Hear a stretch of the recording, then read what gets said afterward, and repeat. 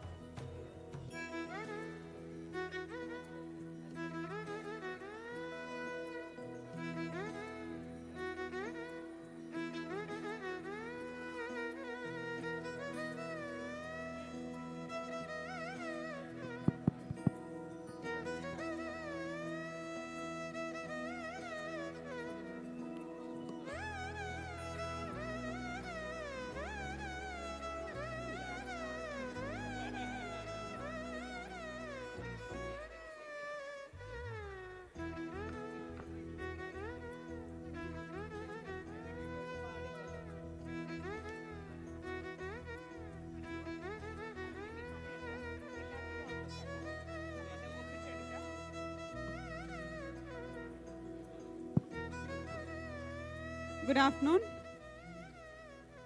It's sharp 2 o'clock. Any of your neighbors missing?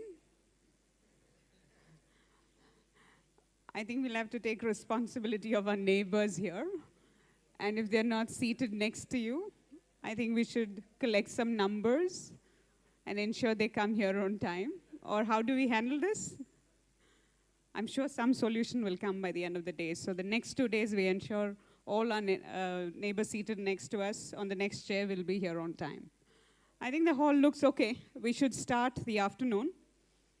I'll just have to do my duty before I hand over to the panelists and the moderators.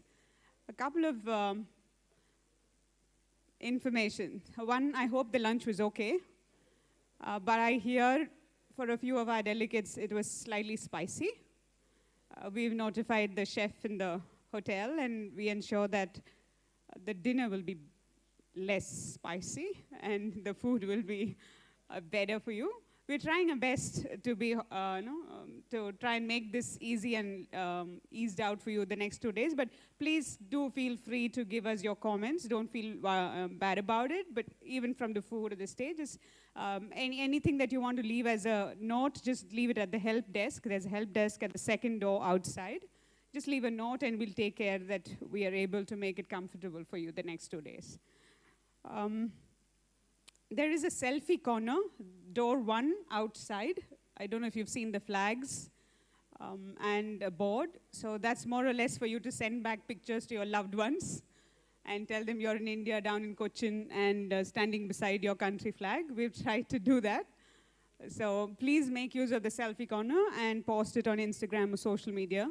We are a live young bunch of people here, so this is the mode of communication for the future. And if all of you are on any kind of a social media platform, we encourage you to post because it gives visibility. And like Mr. Espion mentioned in the morning, like Mr. Sergey and everybody who was talking, we need to make our voice heard. And I think these are platforms that young people access these days, and voices from delegates here, people who are actually working in the sector.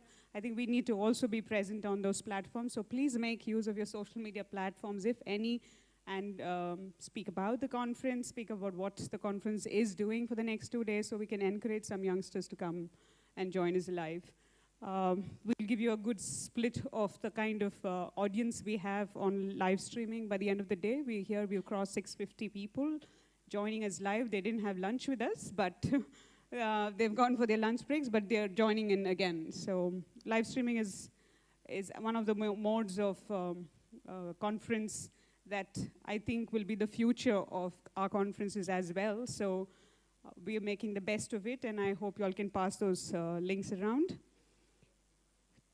We just have announcements to make about tomorrow's panelists. The whole day is plenary and panels.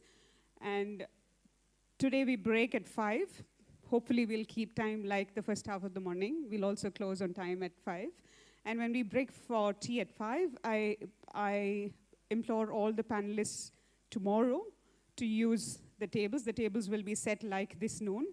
So the first 3 tables will be set and the noon panels will be on the row 2. Please join together with your panelists, the moderator, ideate and have a good idea of what your 1 hour will look like so everybody is comfortable and we are able to keep time. So 5 o'clock today's tea break, these tables will be opened up for you and there'll be people from my team assisting each table to bring the members and the moderator together. So 5 o'clock tea break, remember that.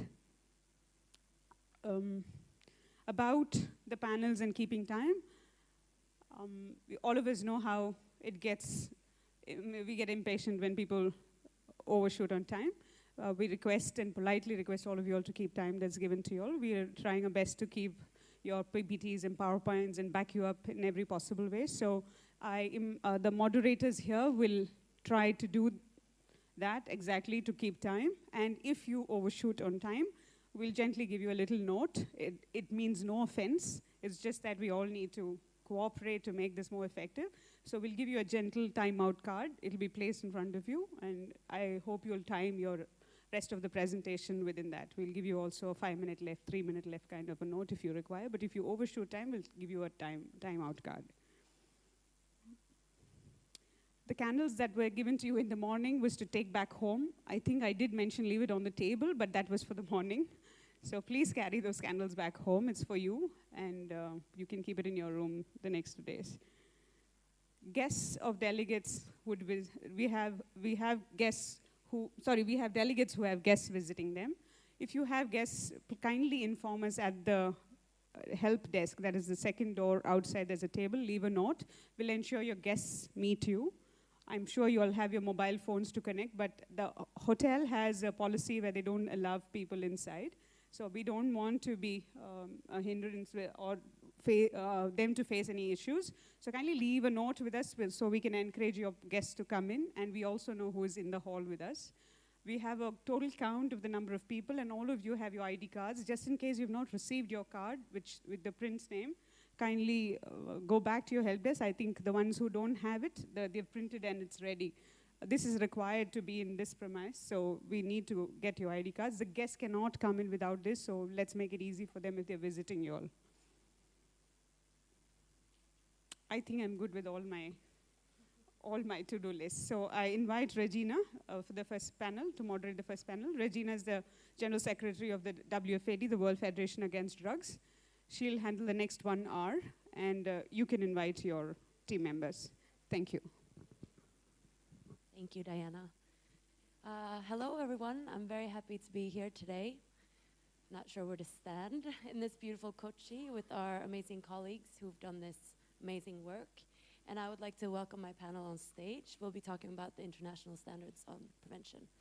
So I'll present you when you come up. Oh, should I present you now? Okay. So Dr. Rakesh Lal, the National Drug Dependence Treatment Center in India. Mr. Mohammad Ridwan bin Samad from Sana, Singapore. And Mr. Shakya Nananyakara from Healthy Lanka, who's the Secretary General there. Thank you.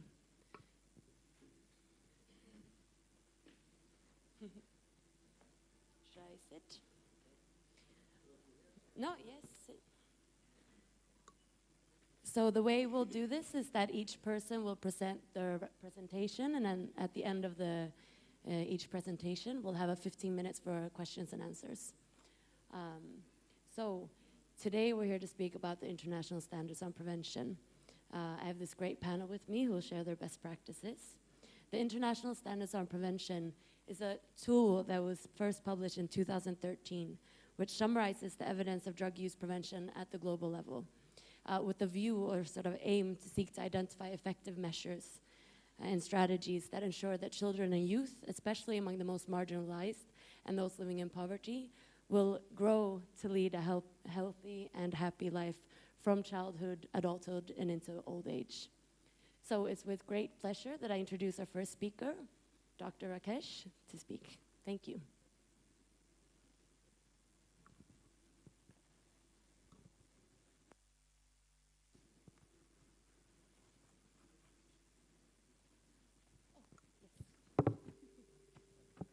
Yes, of course. So, Professor Dr. Rakesh Lal from the National Drug Dependence Treatment Center has been keenly involved in coordinating the efforts of various ministries involved in substance abuse control, including the Ministry of Health, Social Justice, and Ministry of Finances here in India. He's also played a key role in formulating the drug and alcohol abuse policies in India, as well as in neighboring countries. He's a member of the national counterparts of WHO and the informal scientific network of UNODC. He will be talking about primary and secondary prevention today. Thank you. Thank you, Madam Chairperson, for the kind words. At the very outset, I'd like to thank the organizers for having me here today. And of course, I'd like to say that I'm in a slightly awkward position because in the last session, we've had some very elegant talks by Mr. Hornberg, Mr. Kapanos, and then, of course, CC himself. It all gets compounded further by this very good lunch we had. And I'm sure you would rather be doing something else than listening to me, but here I am, and that's what the situation is like. Okay, now we're talking about the international standards of prevention of drug use. Basically, we're talking about three things: the drug, the environment, and the person. Now, as far as the drug and the environment is concerned, we talk about various things like the availability and the pricing, and I mean, there are a lot of policy issues involved, a lot of regulatory issues involved. So we are concentrating on the supply reduction, which is really not our job. I mean, I won't say it's not our job, but it's not our priority. And that should be looked after the enforcement. Our emphasis basically is on the person. I mean, I'm sure a lot of you, not a lot of you, but a lot of us take alcohol. But everybody doesn't go and become dependent. Some people become dependent. Why? I mean, that is the question. Why do they become dependent? Because they have some vulnerabilities. Vulnerabilities could be their disadvantage in some way. It could be physical, it could be psychological, it could be emotional, it could be economic. I mean, there's so many things. How they become vulnerable. So we have to make these people stronger. That is what our main focus is on. So I mean, I don't know if you're aware of the Sustainable Development Goal of 2030. They talk about very, very important things. I mean, like they talk about health and nutrition, they talk about clean air, they talk about clean water, they talk about judicial access to everybody. I mean, these are the kind of things, but even here, you get a mention of prevention of drug use. I mean, they're talking about larger things, but prevention of drug abuse is important in health and nutrition. And when we talk about prevention, we talk about primary, secondary, and tertiary. Primary prevention is to prevent a person taking drug use.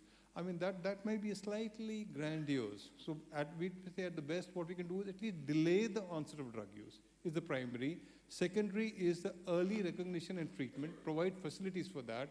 And tertiary is, of course, dealing with the consequences. I mean, rehabilitating the person. Because a lot of persons have lost a lot of things using drugs, so they need to be rehabilitated.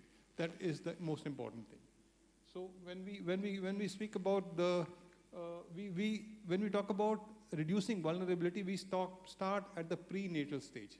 When a child is born, he comes into the world, that is where he starts up the whole thing. So we're talking about the mother. We're talking about the nutrition and health of the mother, because if a mother is not healthy, obviously the child is not going to be healthy. And if he's not healthy, then he'll be weak, he'll be disadvantaged in some way or the other. And then we talk about proper vaccinations. We talk about tobacco and alcohol use by the mother, because tobacco and alcohol use can cause a lot of complications, iatrogenic complications in the child, who may grow up, who may be born with some kind of a defect.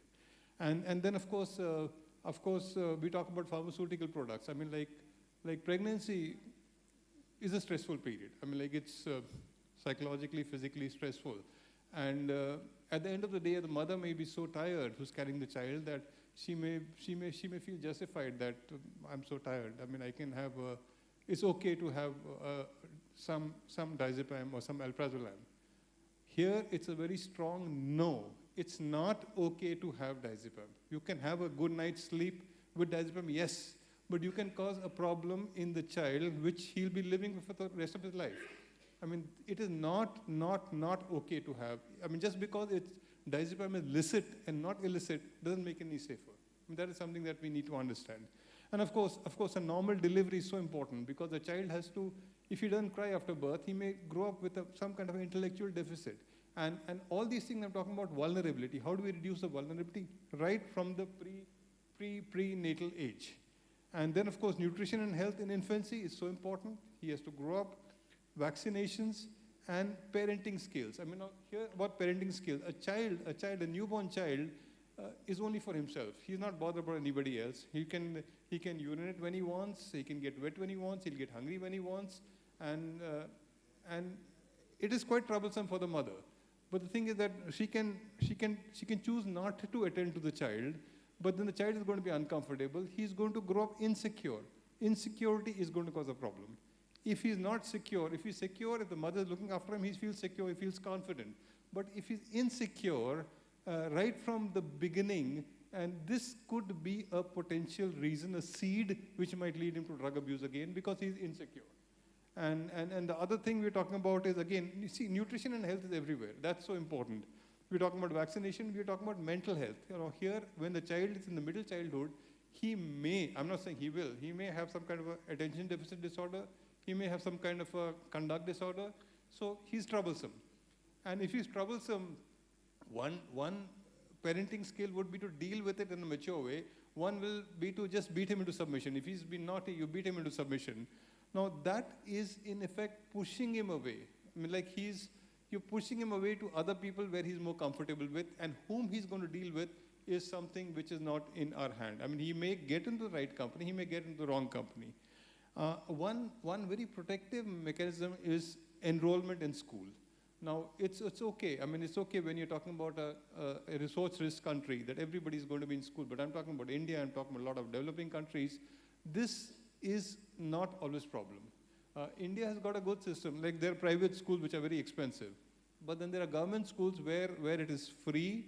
They give you free books. They give you free uniform. They give you even free lunch. I mean, they're saying that even if a child just comes to the free lunch, he spends his whole day in school, that is also protective. He may or may not learn anything, but he's spending the whole day in school, which is what we want. He may be coming only for a lunch. That's quite okay. It could be a dysfunctional family, which will again cause a stress to the child, which we need to look after. And discipline. Discipline is important, but please be consistent. It's not that sometimes something is okay, sometimes something is not okay. I mean, that is not okay. I mean, have discipline, yes, but be consistent with the discipline. And of course, one has to be a role model. It's not that a father is going to be drinking alcohol today and tell the child, no, alcohol drinking is bad.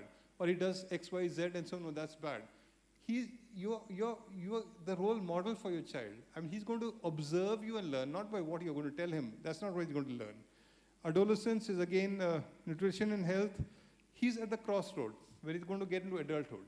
Adulthood means positive and negatives. So we have to make sure that he gets into the positive aspects of adulthood. And here the parenting skills are important. If he does something wrong, you yell at him, and he's not going to be a friend. He's never going to confide in you again. He's going to go to other places, which is not good.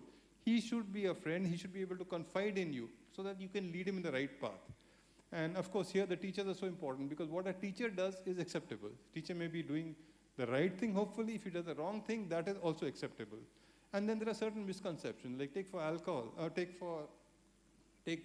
tobacco, for example, that I have become an adult, so I can smoke. Or I'm macho, I'm looking handsome, girls are attracted to me. I mean, these are the kind of conceptions people have when they start tobacco. So the message we give for taking tobacco is this. I mean, this is something we got to understand, that you are not handsome, you are not attractive, females are not falling hello heels for you. This is what is going to happen. So this is the kind of message that we need to give him. Then of course, as he grows up, we talk about workplace intervention. Workplace has got its own policies, where they can, they need to have some policies where drug use is not encouraged. You should have an early recognition. There should be a system in the workplace where there'll be early recognition and kind of management. And of course, no easy availability of alcohol, at least in the workplace.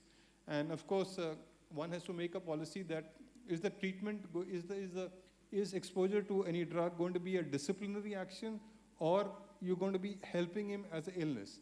If it's a disciplinary, what's going to happen is that he's going to hide the thing. It's not that he's going to not take a drug because he's scared. He's going to hide the drug. and he'll still maybe not come in time, or maybe have other problems, or maybe have a lot of absenteeism, so many other things. Then we talk about national policies. I mean, national policies are something that one is licit and illicit, the other is that availability.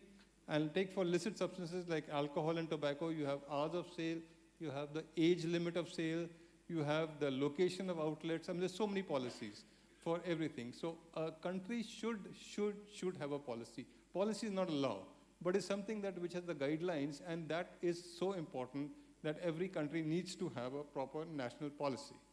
And then, of course, when we talk about the secondary prevention, we're talking about when a person has started. Here we're trying that he does not start. When he started drug use, then what do we do about it? And this is something that I love to show, that make treatment services available. That's the first thing. Make it affordable. I mean, just because you have treatment services available and it's not affordable, nobody's going to access it. And the people are not coming to you for various. You have so many centers available. People are not coming. One is the stigma that what will people think about it, and one is the belief that once a drug addict, always a drug addict. There's no cure for it. And the third is that I can't afford it. It's so expensive. So make it affordable, make it accessible, because one thing about the drug use is that it's not a treatment like flu for 1 week medicines. I mean, detoxification, fine, you do it in 10 to 15 days, but to prevent him, you need a long-term treatment for months and years, weeks, months, years. So if he has to travel 500 kilometers, obviously it's not possible to come. I mean, you don't expect him to come. So it has to be accessible, and it has to be acceptable. Something that you don't lock him up in a room and beat him up and tell him to leave the drug. I mean, then the message is going to go all around that this is no good. You need some kind of evidence-based treatment. And I can't resist adding to these 4 A's is another A, the attitude. The attitude we all have, that once a drug addict, always a drug addict, and drug addicts is they, them, and I mean, that kind of a thing. I mean, like, you keep them away, don't get married to the children, don't get so many things. I mean, that attitude is there because we have that kind of a moral attitude. It's a bad habit, it's a moral attitude. We need to change that. This is an illness, it's a disease. We got to treat it like any other disease, any chronic illness. That is something that we need to understand. And then, of course, having done that, having made available, accessible, affordable, make it aware. People should know that you've got all the facilities, it's affordable, it's acceptable, it's available, everything. Make people aware of the thing. I mean, otherwise, if people are not aware, they're not going to access the whole thing at all. And then, of course, once we get this thing, then have to have a proper treatment surface. First thing you need is the epidemiology. What are the drugs which are being taken? Because you need to have a treatment service accordingly. I open a very good center in maybe Kochi, which deals with cocaine addicts, and maybe I get 1 patient a month. What good is it? And what service am I doing? I've got all the facilities, but I've not done my research. I've not seen that there are hardly any cocaine addiction here. So I need to focus on alcohol or maybe cannabis or something. Not open up a center because it's more glamorous or something of that kind. And so open up a center for cocaine, which is useless. It's a waste of money. We have to see which are the substances being used, who is the substance user, because we have to focus there. The substance user, one is the adult. Then we are talking about various marginal groups. The marginalized population, like it could be the younger or the older. The marginalized people are the ones who are taking drugs, but who are not accessing things. If it's a young child or an old person nobody really bothers about. I mean, even if he's taking drugs, he's not productive. So he's just lying in one side of the room, and he's quiet and he's not bothering. But he's causing a lot of health problems and all. That's a different thing. But the problem is that he's not earning, so it doesn't really matter if he's taking drugs. If he's not working, it doesn't really matter. So, and then, of course, is the question of women. Women are 50% of the population, but sometimes they are not equally important. At least in developing countries, they're not equally important because once again, their income earning capacity is not so much. So they're not so important, and although they are 50% of the population. Then, of course, ethnicity, the kind of social groups, the person with comorbidities, who've got psychological comorbidities or something, they cannot enforce, they do not want treatment, they do not demand treatment, so they're again sidelined. You got to go out and want treatment to get treatment. Then, of course, there are the homeless workers, sex workers, prisons, and these kind of things. And then of course, okay, I'll just be very brief. Then of course, we have to find out, is it a burden? Why are we bothering to treat these guys? I mean, is it a burden on the society? We have to assess if it's a burden or not. And then of course, what my earlier speakers, Mr. Hornberg and I will be speaking, is there a treatment gap? But the fact is that there is a big treatment gap. At least only about 5 to 10% of people who need treatment are taking treatment. And of course, then we have to make treatment options available, evidence-based intervention, minimum standards of care, and human rights. I mean, just because they're drug addicts, he does not lose human rights. Even a prisoner has got human rights. That's something we can understand. Patient dignity is so important. The UN talks about it, WHO talks about it, everybody talks about human this thing, and capacity building. We sitting out here cannot manage. We have to have capacity building. Everybody has to be, a larger group has to be involved in the management of drug use. Just a small specialist group is not good enough. And with these things, these little words, I come to an end of my talk. Thank you so much. Thank you very much. Ooh, thank you very much. It was very good that you... Thank you. The international standards of prevention stretch from early childhood into adulthood, and I think you summarized that quite well, and including the need to address the stigma around people who have used drugs and are in addiction, because that is of very much importance in order to lead into long-term recovery. So thank you for that. So our next speaker, whom I will introduce, is Mr. Muhammad Ridwan bin Samad from SANA, Singapore, please. Thank you.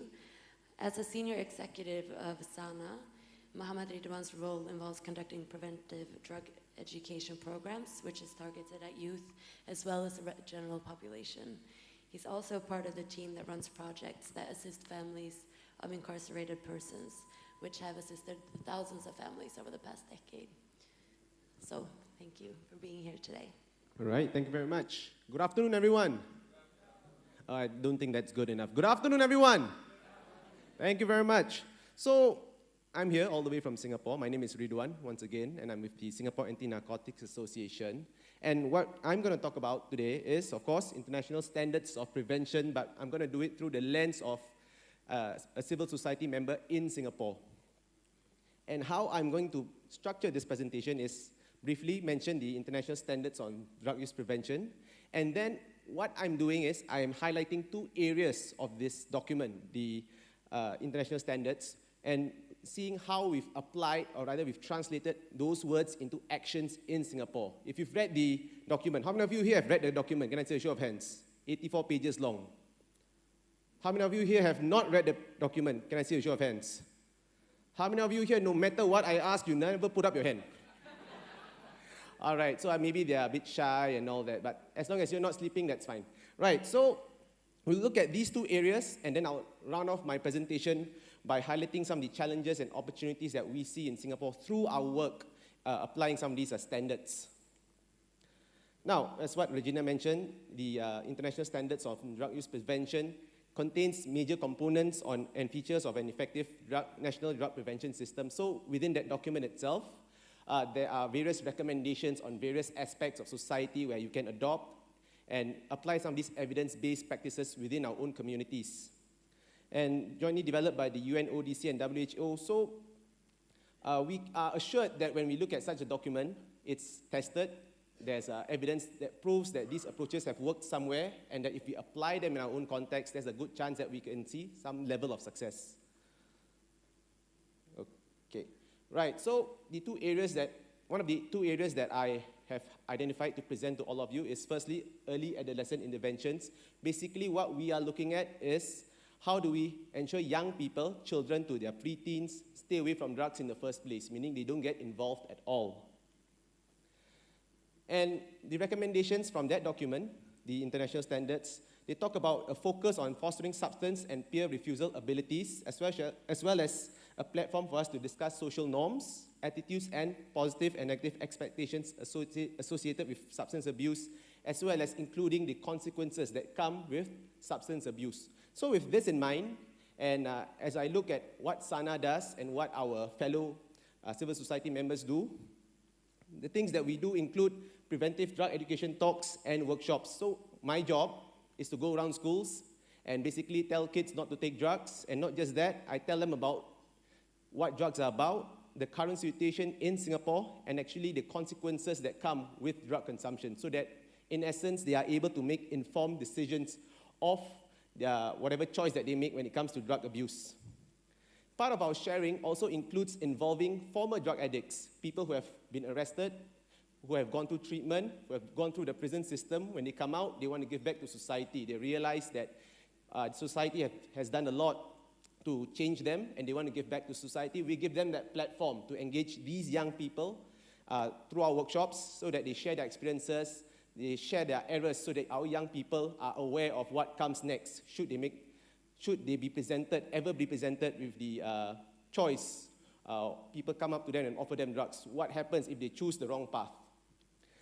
And later on, during our workshops and talks, what we do is we don't just educate young people, the people within the group or people within that room.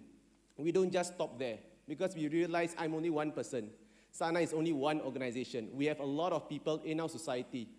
How can we reach out to all of them in different pockets of society? So what we do is we change these youth participants of our workshops. We make them into youth ambassadors. So what happens after they've gone through the first part of our workshop that covers drug information and consequences? We help them develop project ideas such that they are able to implement ground-up projects in their own schools and in their own communities. So we use processes like design thinking to help them ideate innovative and creative projects to address this particular issue. And one thing that we do, and I think we've done very well, is we always ask the students or the youth that we've engaged through our programs, we ask them whether or not they actually understand what we're talking about and whether or not they find the course content meaningful. So as you can see over here, in our data, we find that majority of our participants actually benefit from our workshops, and they have gained a better understanding of the issues pertaining to drug abuse. Besides what we do at Sana when we go around to schools and the community to deliver workshops and talks, our community partners, they run other types of community engagement events. One of the key projects that one of our partners have run is the formulation of this Drug Buster Academy. So what this is not a tour bus. We're not taking a tour bus to go anywhere for tourism. This bus, inside it, there are actually interactive stations where they convey information about the dangers of drug abuse, information about the consequences of abusing drugs through all these interactive platforms, right? So this bus, the benefit of it is that it's able to travel all over Singapore, and upon request, come to our location so that young people are given an added dimension of learning about drugs.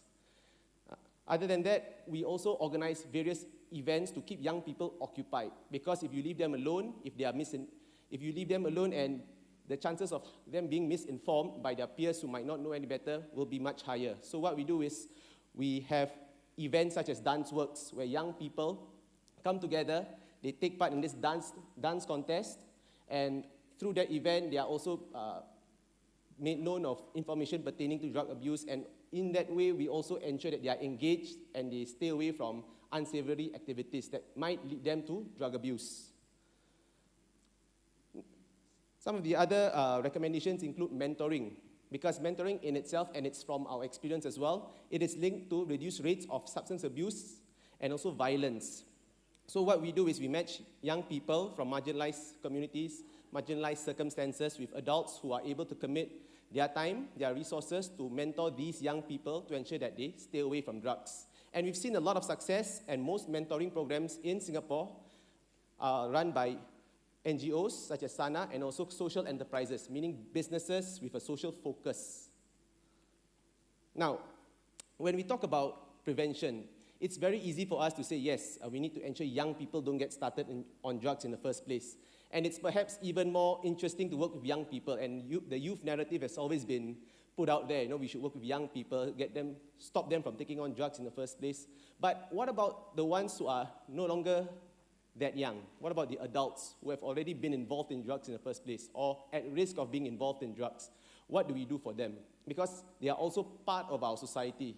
We might stop the young, but what about those who are already involved or or are at risk of being involved. What can we do? So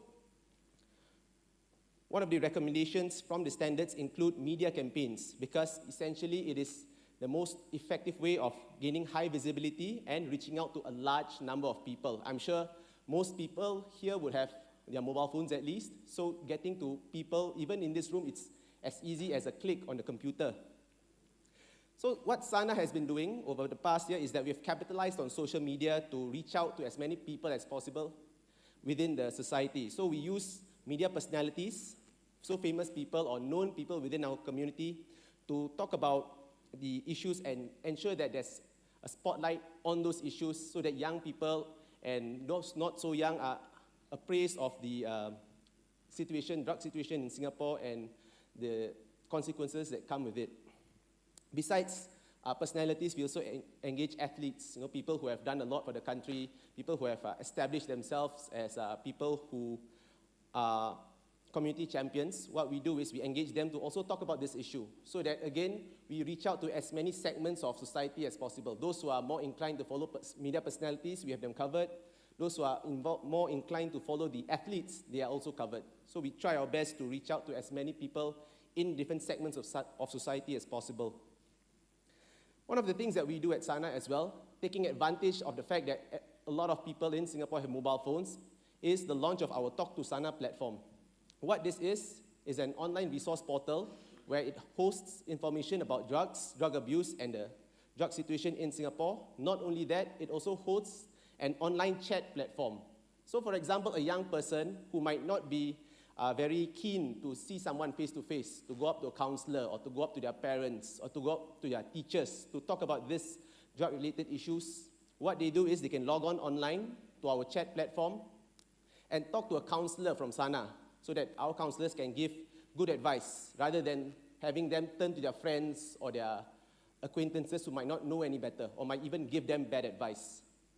So we've seen a lot of success in this platform. We average 160 new views per month, and I'm sure in the months to come we can have better engagement to the community through this platform.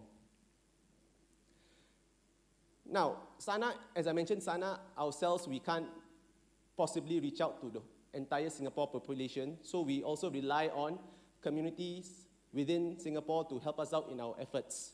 And because at the community level, when we mobilize different partners within the community, we are able to multiply the impact that we have. One of the key initiatives that we have been championing over the past 10 years is known as the Yellow Ribbon Community Project. The Yellow Ribbon in Singapore signifies acceptance for ex-offenders, which includes ex-drug offenders into our society. So the key thrust of this project is to reach out to families of incarcerated persons. What we find is that if we reach out to families, we ensure that they are stable, they are able to form a good support network for ex-drug offenders who have come out from prisons. This is so that we are able to reduce recidivism in our society. So how do we help these families? We identify vulnerable children within those families so that we can give bespoke support. We also provide pro-social support to these families, whereby we get the community volunteers themselves to check in on these families, not just once, not just twice, but over the period of the incarceration of their family member, so that we are able to ensure they are okay and they are prepared to receive the family member once they leave prisons. And also to rekindle family bonds between the inmates and their families. There are families who may want to distance themselves from their family member who's in prison. There are family members who might not want to even get in touch with them after they are released. So what we do at Sana with the community volunteers is we engage the family. We try to encourage them to get in touch with the inmate, visit them in prisons, so that they are able to keep that connection as a family unit. We also provide community social assistance and support, so be it in the form of financial assistance or other forms of support that the family may need through this trying time. And ultimately, this facilitates the process for inmates to reintegrate with their family and society. With a solid support network, which is the family and also other community stakeholders, we hope that the inmate, once they are released, they will stay away from the path of drug consumption and on the path of recovery and reintegration. All right, my time is almost up. So since 2010, 9,000 inmates opted for the YRCP, and we have trained more than 900 volunteers. What this translates to is, if you think about one inmate per family, we've helped more than 9,000 families over the past decade. And just to quickly round off, see that young people today are more believing what's shown on social media and also streaming media platforms such as Netflix. These shows typically trivialize the effects and harm of drug abuse. A lot of them have a different perspective of cannabis consumption because of some of these shows. Not only that, because the internet is so pervasive, young people today are able to access drugs such as NPS, new psychoactive substances, through the internet and have them delivered to their homes. This has happened. This could happen and might even be an even bigger problem in the future. So how can we solve this? So in conclusion, evidence-based prevention strategies highlighted in the international standards for prevention have been largely effective in Singapore from our experience. Of course, there are certain areas that we need more work on, and we do hope that with everyone's collective experience, everyone's collective expertise, we are able to stymie the growth of drug abusers and drug use in Singapore. With that, thank you very much. Thank you. The standards state that the effective prevention contributes significantly to the positive engagement of children, youth, adults, their schools, families, workplace, and the community. And I think that you've shown how to put those standards into practice in a very good way. So thank you for that. I think we have a lot to learn from Sana.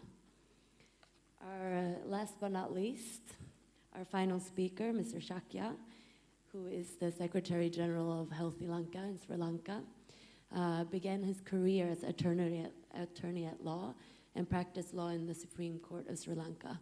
He then went on to pursue formal education in psychology and human resource management before starting his work with ADIC, which is the Alcohol and Drug Information Center, Sri Lanka. So thank you for being here today.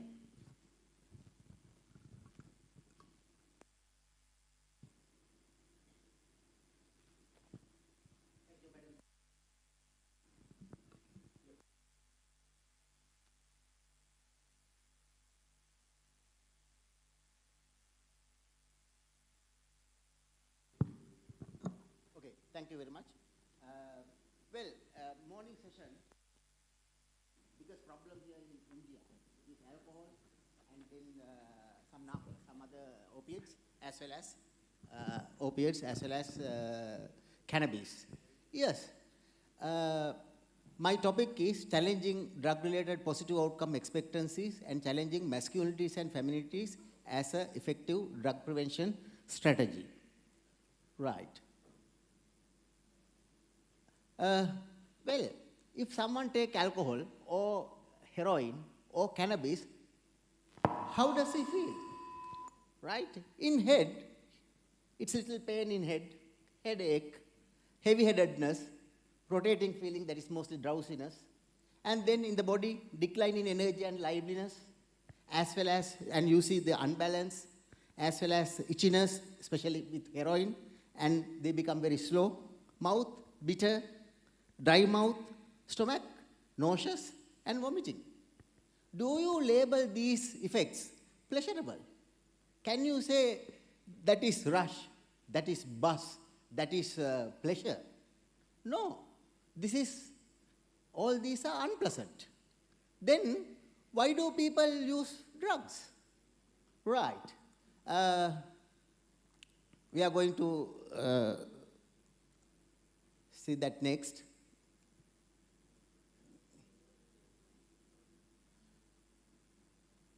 Not okay.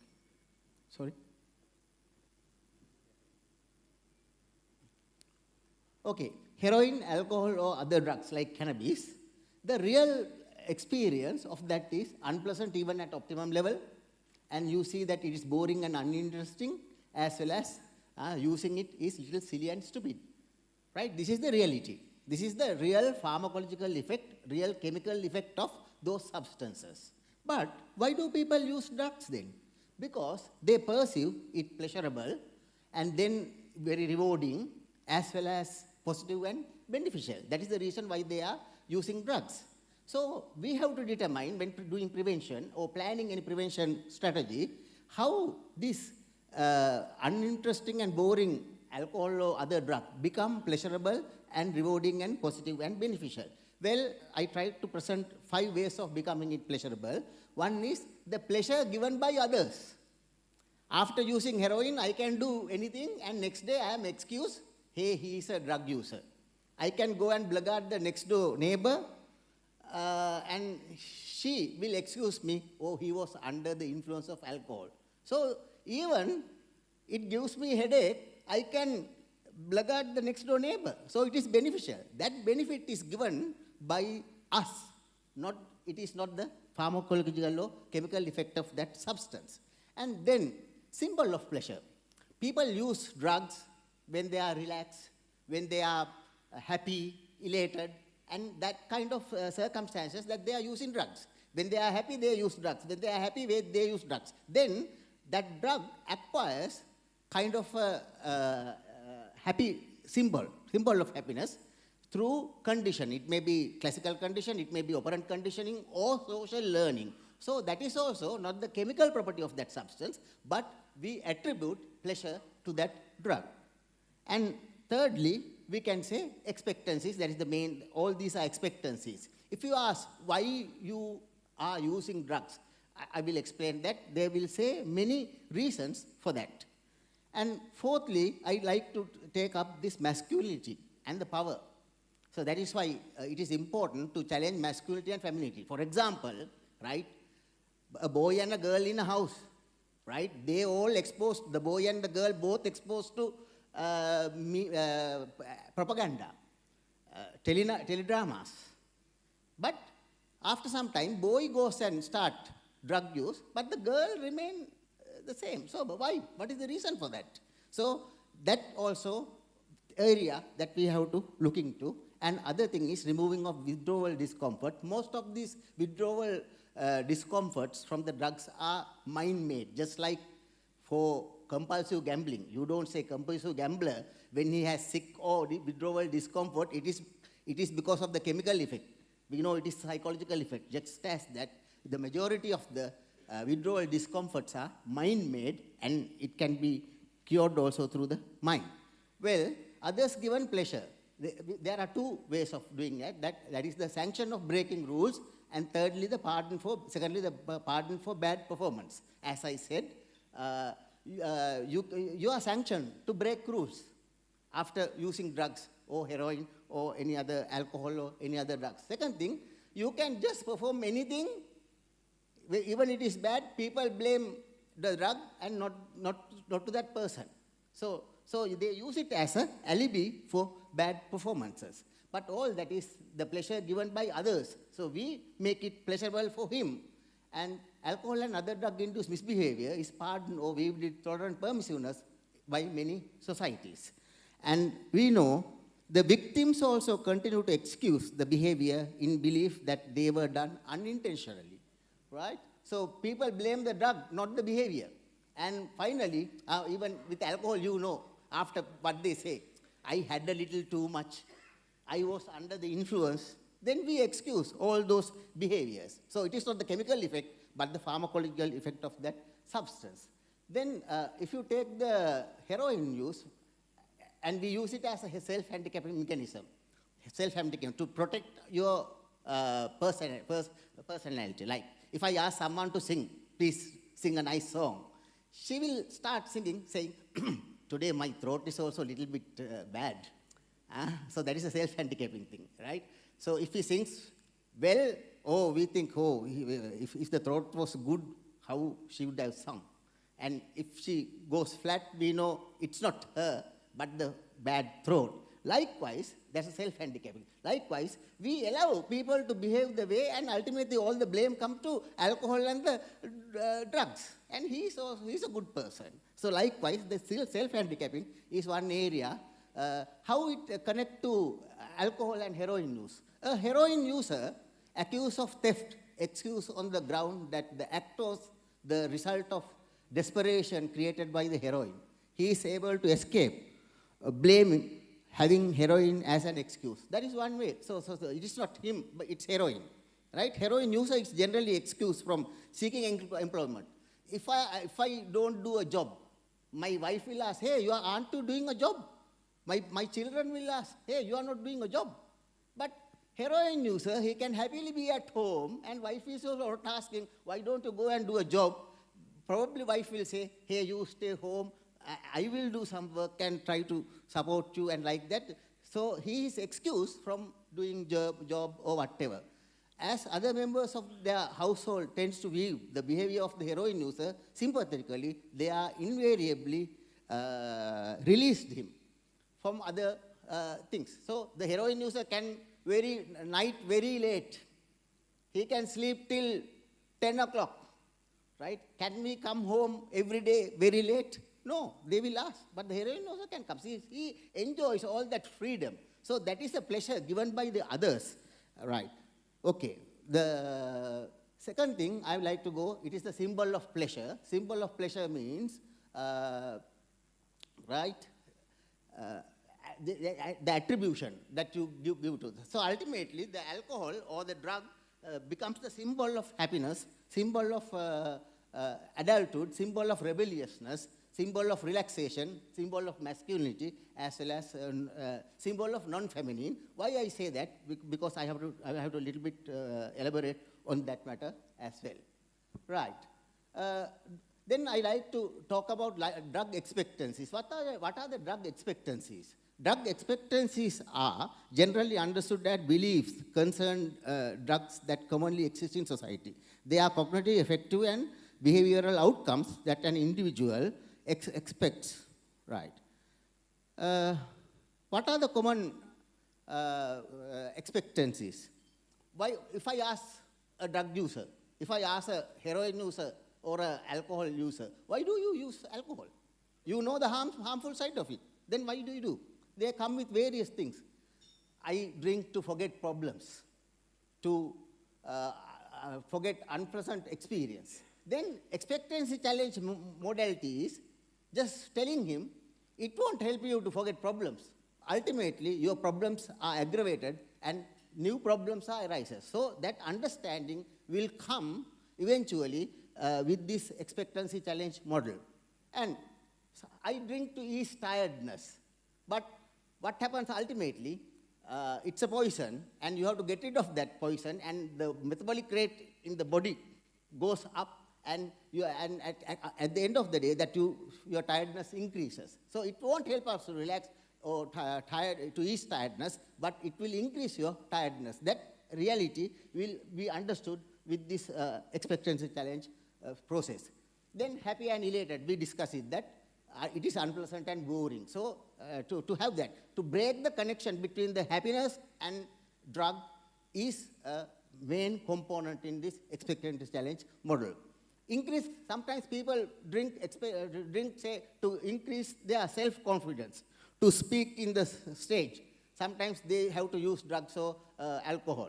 But actually what happened, he becomes a dependent. So his self-confidence comes down. Relax and tense. Then the chemical dependency and psychological dependency also, I a little bit mentioned about it. There are several things. Sometimes people use drugs to sleep well, but they never get into the REM stage, or they never get to the deep sleep. And sometimes they say, hey, I drink because I want to hurt my wife, right? He gives a lot of trouble. But ultimately, with this expectancy channel model, he realized that actually I am hurting myself, not I am hurting any other. To eat well, actually drugs reduce appetite. Then enhance sexual desire, actually decreases sexual desire. Likewise, this expectancy challenge model we are working on. Then I would like to talk about the masculinity thing, because to show that you are a man, you have to use drugs. Now, we say this masculinity and femininity, that we say that, for example, careful. Women are careful. But to be a man, that you have to show that you are not careful. You are risk-taking. To take risks, that you have to take drugs. Women are very decent. Sometimes you have to show that you are not decent, because if you are decent, you are a woman. And then you have to show that you are sometimes indecent. Then how can I show that I am indecent? having some alcohol, having some drugs, is a way to show that I am indecent. Therefore, actually, when we nurture boys, we are actually motivate them to use drugs because of this masculinity and femininity. Therefore, challenging this masculinity and femininity is an integral part in alcohol and drug prevention. Thank you. Thank you for addressing why and when people use drugs, the expectancies and the effects thereof. I think it's very important to do this in order to create effective prevention and treatment efforts. And especially good to bring up the masculinity and femininity norms, which is important because the sort of causes, the effects of the problems that arise, as well as the care and treatment available for people differs depending on your gender. Not to speak about the stigma, which is double stigmatization often for women. So this is also very important for us to bring along in our future work.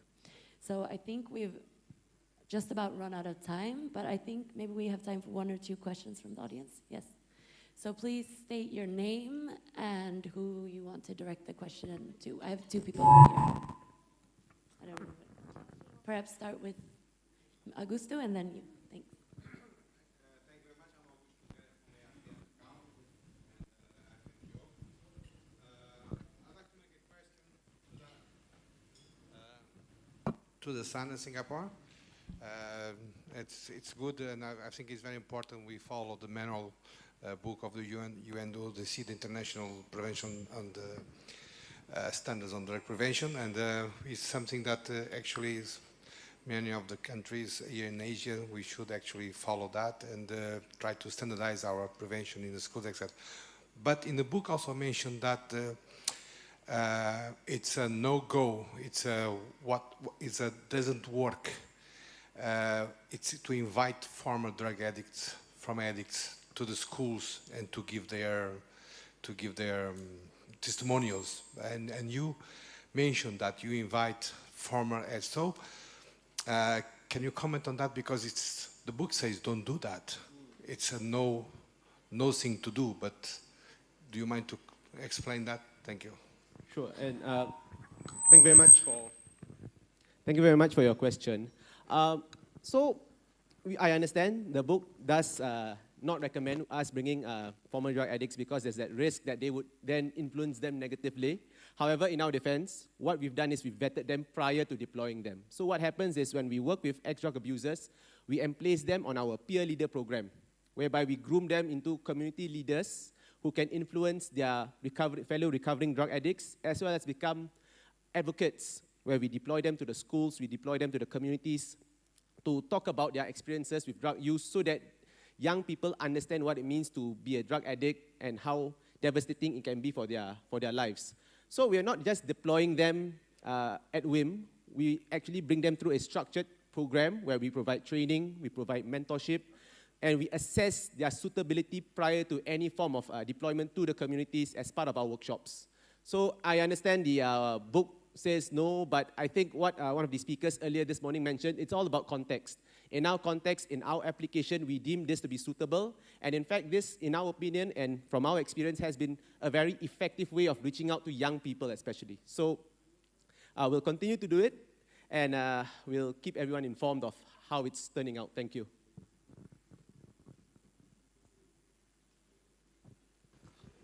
Good afternoon. I'm Shubroto from West Bengal, India. I have one curiosity for my friend from Singapore and just a point of observation, a very curious observation about my friend from Sri Lanka. Let me first start with Singapore. We have an idea in India that the campuses in Singapore are absolutely drug-free campuses. It's a zero-drug campus in Singapore. So I was really I won't say shocked, but really surprised to know that even the campuses in Singapore, they also suffer from some sort of drug menace. But my specific other query is consumption of any sort of drug still an offense in Singapore? You said that the ex-addicts, they come back from prisons and engage themselves with the dialogues with the student community. So is that still an offense in Singapore? And how the drugs are available in the campuses? Because in India, we look up to Singapore campuses. We send our children to Singapore, hoping that it's absolutely zero drug campuses. And I believe I'm right, and I also like to believe that you were largely overrating the problem. Let me first also finish this. That was really an interesting aspect as you described the problem of relative pleasure. You said that the drug user's pleasure is largely a construct from others. But I mean, I'm not a medical professional, but the medical professionals keep saying that a consumption of drug also activates the secretion of a particular neurotransmitter, which is called dopamine, and that is also largely responsible, inherently responsible for generating a so-called feeling of happiness and pleasure, which is why it's so difficult to take oneself away from it.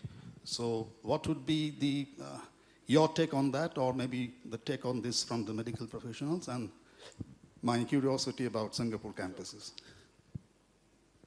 Right, so sir, thank you very much for... Is the sound a sign that I should stop, or... Right, thank you very much for your question. I think perhaps to clarify, we don't have drugs on campus, but we use the campus as a platform to convey information about drug abuse and the drug situation in Singapore, because ultimately young people, they converge in school because they must learn, it's for their future. And so it's an opportunity for us to reach out to as many young people as possible through the schools. So just to clarify, it's not that in Singapore all our schools are with drug abusers and all that. So that's not the point that I was trying to make. So I hope you understand where I'm coming from. On the second part of your question, which is about access of drugs in Singapore. So as what I mentioned in our presentation, these days with the internet, with e-commerce especially, it's beyond what we have probably been used to in the past few decades. In the past, it used to be, oh, I go to some secluded corner, I go to some unsavory part of the country and I get drugs, for example. But now it's as easy as going online with your mobile phones even, clicking on a website and ordering the drugs to your doorstep. So these are some of the ways that young people today could be getting drugs. Some of them have been arrested, and it's all reported in our news. So this is an area that perhaps we don't have proper expertise yet. How do we ensure that e-commerce itself does not become a carrier of these drugs to the young people of Singapore and even everywhere else in the world? So thank you very much. Yes, thank you very much for that question. But this, as you mentioned, the happiness and the elation comes at the mere sight of the bottle. When we mention about drugs, and once you see the bottle, people become happy and elated. The dopamine release starts when you see the drug. So how does that happen? So that is the expectancy. It is not the chemical. And most of these drugs are depressants. So alcohol is a depressant, opiates are depressants, then the cannabis is a depressant. They are stimulants, that's a different thing. But the problems in India, they said all of those are depressants. So any pleasure may be coming from expectancies, the belief. Finish. So my apologies, we don't have time for more questions, but all three of you will be here for the rest of the conference, so you can grab them at some point. So thank you very much for this time, and I think we've all learned a lot from you and have a lot of tips to bring with us to this following 3 days. Thank you.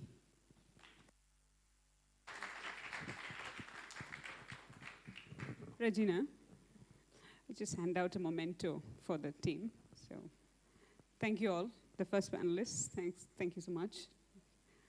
I asked Regina to just give you a little token of thanks from our end. Thanks.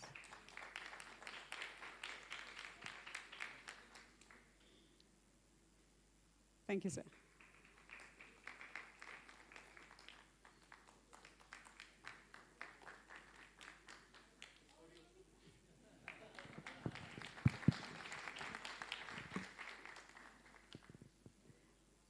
That was a good panel. Just to answer your question about schools and drugs, I just have to say something that's a reality down south in Kerala. Schools are the most targeted, which is the truth. As much as we want to deny it, schools are the most targeted right now. And age groups as young as 6th standard, which is 10 to 12-year-old children, are being targeted. And that clearly shows that there is a threat. So forget Singapore and our kids going there. Our kids back home are also not safe right from the schools. So thank you for that first panel, very enriching. Thank you for all your views. As we go to the second panel, I want to introduce the moderator. More than the introduction that I'll read right now is the person that we've met and been acquainted to in the last 3 months of organizing this conference. Mr. Johnson Ediyaranmulla is the next moderator.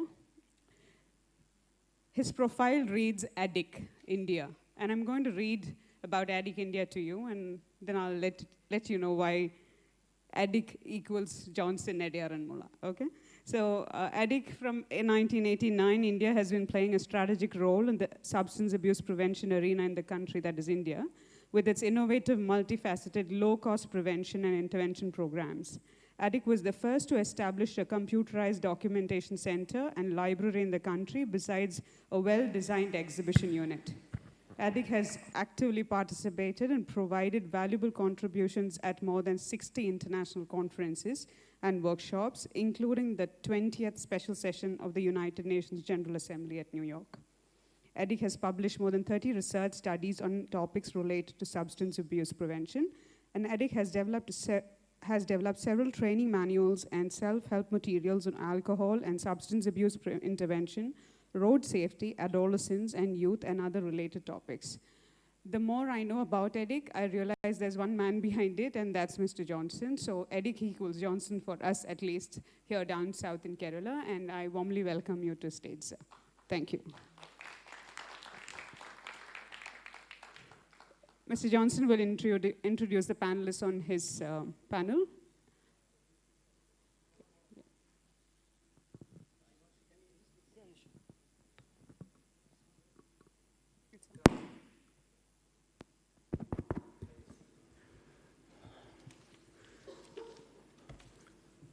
I think let me invite the panel first to the stage. That's a more important thing.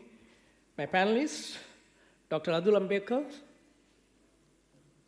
Ms. Rima Sadetok, and Mr. Pumadu Sumanasegara.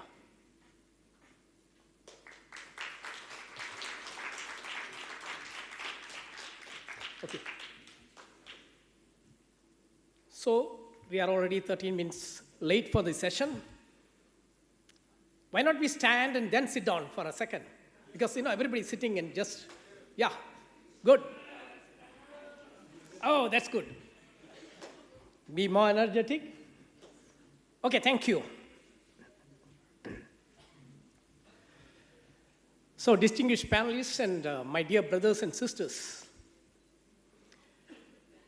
my thoughts goes back to 3 decades ago when I just want to reflect on 2 documents. One document from the UN Commission on Narcotic Drugs, which says, a menace to which no country can ever feel immune. That's how they described about the drug menace 3 decades back. Another one is from World Health Organization, a circular going to the member states, which says like this: with increasing urbanization and industrialization, the modern society have become more permissive and has given birth to many social evils. One such evil is drug abuse. For a growing number of adults, drugs have become a way of life.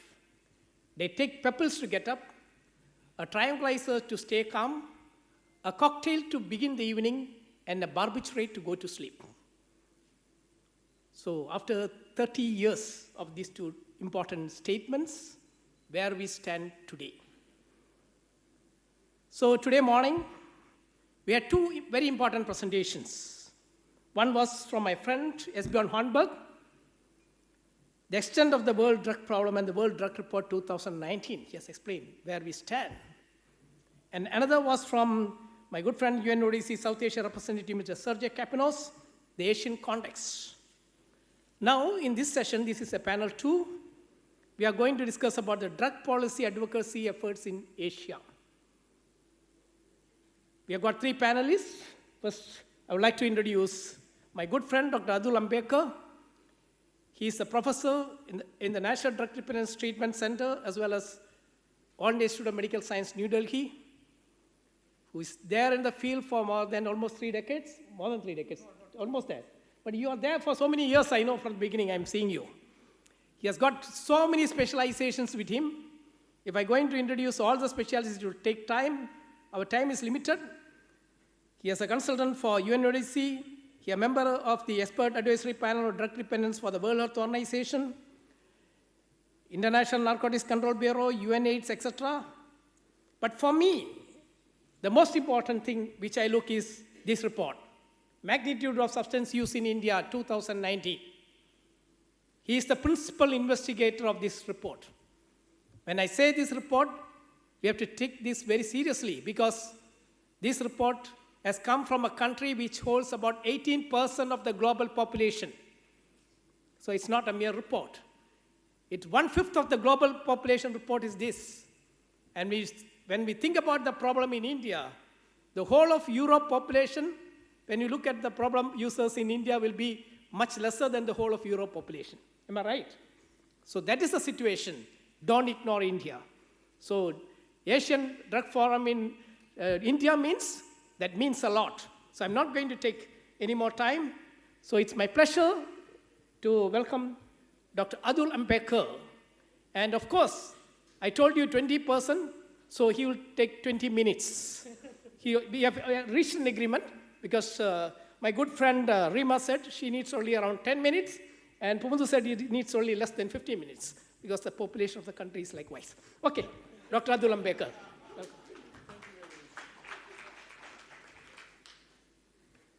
Good afternoon, and thank you very much for this generous introduction. Can I have the remote, please?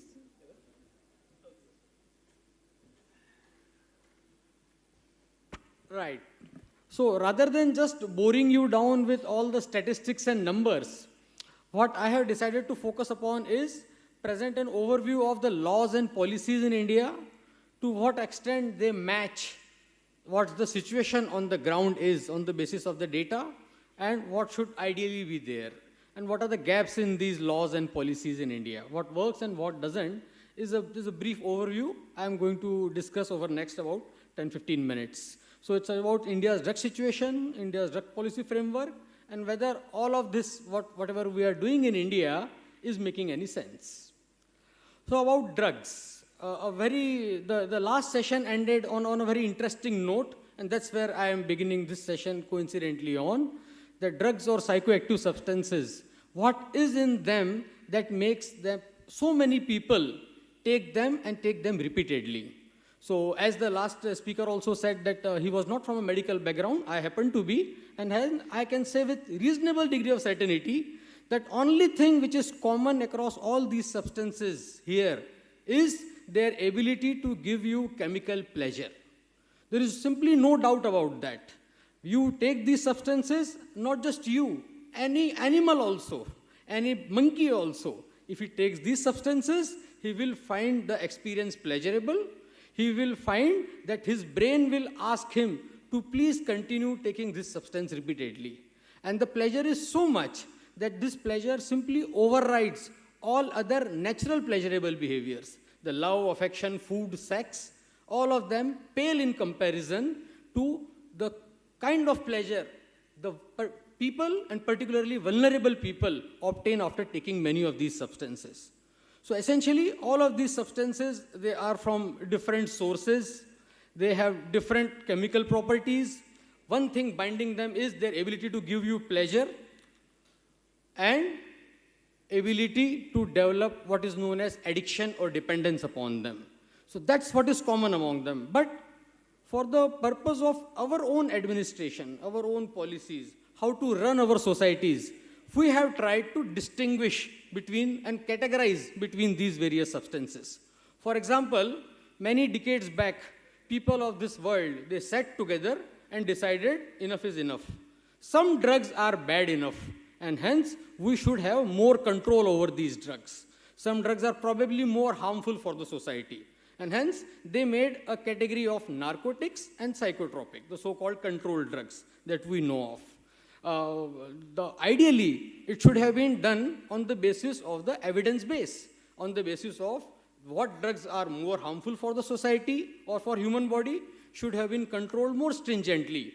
But unfortunately, that was not the case. A lot of politics came into play. So some of these drugs are controlled as narcotic or psychotropics. And similarly, we also make a distinction between so-called legal drugs and so-called illegal drugs, without realizing that these definitions actually are not permanent. They are only transient definitions. Initially, one particular pharmaceutical company released 2 products in the market. They were called almost similarly, almost at the same time, aspirin and heroin. Both of them were once upon a time pharmaceutical products, over-the-counter medicines, but we know what happened to heroin, and we know what's the status of aspirin today. Similarly, cannabis has been made illegal and severely controlled many decades back under UN conventions, and now many countries are realizing their folly, and now it is getting legalized in many countries. So this is all a kind of political game for various other considerations, which gets played into designating some drugs as legal and others as illegal. Same goes true for this distinction of pharmaceutical versus recreational. What exactly do we mean by medical or pharmaceutical use of a product? Only when something is manufactured and marketed by a multi-million-dollar company, then it becomes a medicine.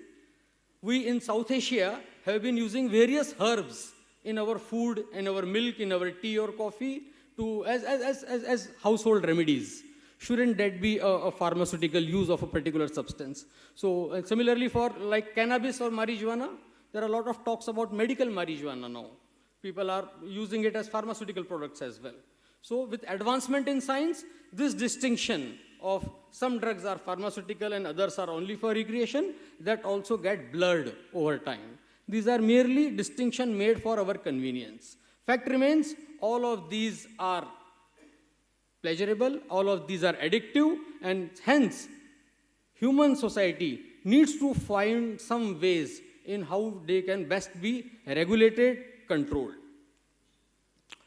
Why do we need to control these substances? Because of these reasons? Are they because they are harmful for the individual or for the society? Or is it morally wrong to use these drugs? Or simply the reason because people in authority, the state, the government, they need to have some amount of control over how they can regulate the pleasure obtained by their citizens. This is what you can do and this is what you cannot do, simply because of that political reason. I suspect that the human society, because a combination of these factors, has decided to control or regulate these substances. Some of the control or regulation has been left to families themselves. In many of our families, all grown-ups drink tea or coffee. In most of our families, little children are discouraged from drinking tea or coffee, right? So it is believed that you as a family unit are mature enough to decide that only grown-ups will drink tea or coffee, and you can protect your own child from drinking tea or coffee. Whenever she grows up, then she can be offered tea or coffee. But for other drugs, the state has to step in, state has to tell you what to drink, what to consume, and what not to. It's also very important to make a distinction between these factors. From the perspective of law enforcement, etc., if you are using an illegal substance, so-called illegal substance, then you are breaking a law. You are doing something very wrong. But for the purpose of us, the medical professional or addiction science, any psychoactive substance, if the use is not causing any harm, we do not see that as a pathology, be it heroin or cocaine, right? If it's not harmful, then you are in the proverbial green zone. It becomes an illness only when there is some kind of harm. That's when there is a diagnosis of harmful use, and finally, once you reach a stage when you can't live with this, without this substance, that's when you attain the stage of dependence. So use, harmful use, and dependence, 3 types of patterns of use, out of which, from medical sciences, harmful use or dependence are the diagnostic categories, irrespective of the status of the substance, whether it's legal or illegal. There is also a kind of myth in the society that many people or a majority of people are using substances or drugs. The fact remains in almost every society, the large majority, the pyramid base is formed of people who are abstainers, who are not using any drugs. This is followed by other categories of potentially increasing pattern of severity or more harm. And finally, we have people who are suffering from drug dependence. And these drug use disorders, as in the previous session, Professor Rakesh Lal was also telling us, they're actually illnesses, they're disorders, just like diabetes or hypertension. Problem is the stigma associated with them. Many people proudly say, I am a diabetic, I am a hypertensive, I am suffering from hypertension. But drug use disorders or alcohol use disorders happen to be stigmatized conditions, and hence they do not receive that much of health attention, healthcare attention in the society. That should be an agenda for us to work upon. The World Drug Report has been discussed in very details in the morning. The graph simply shows that over a period of many years, the world drug problem has remained by and large at the similar level.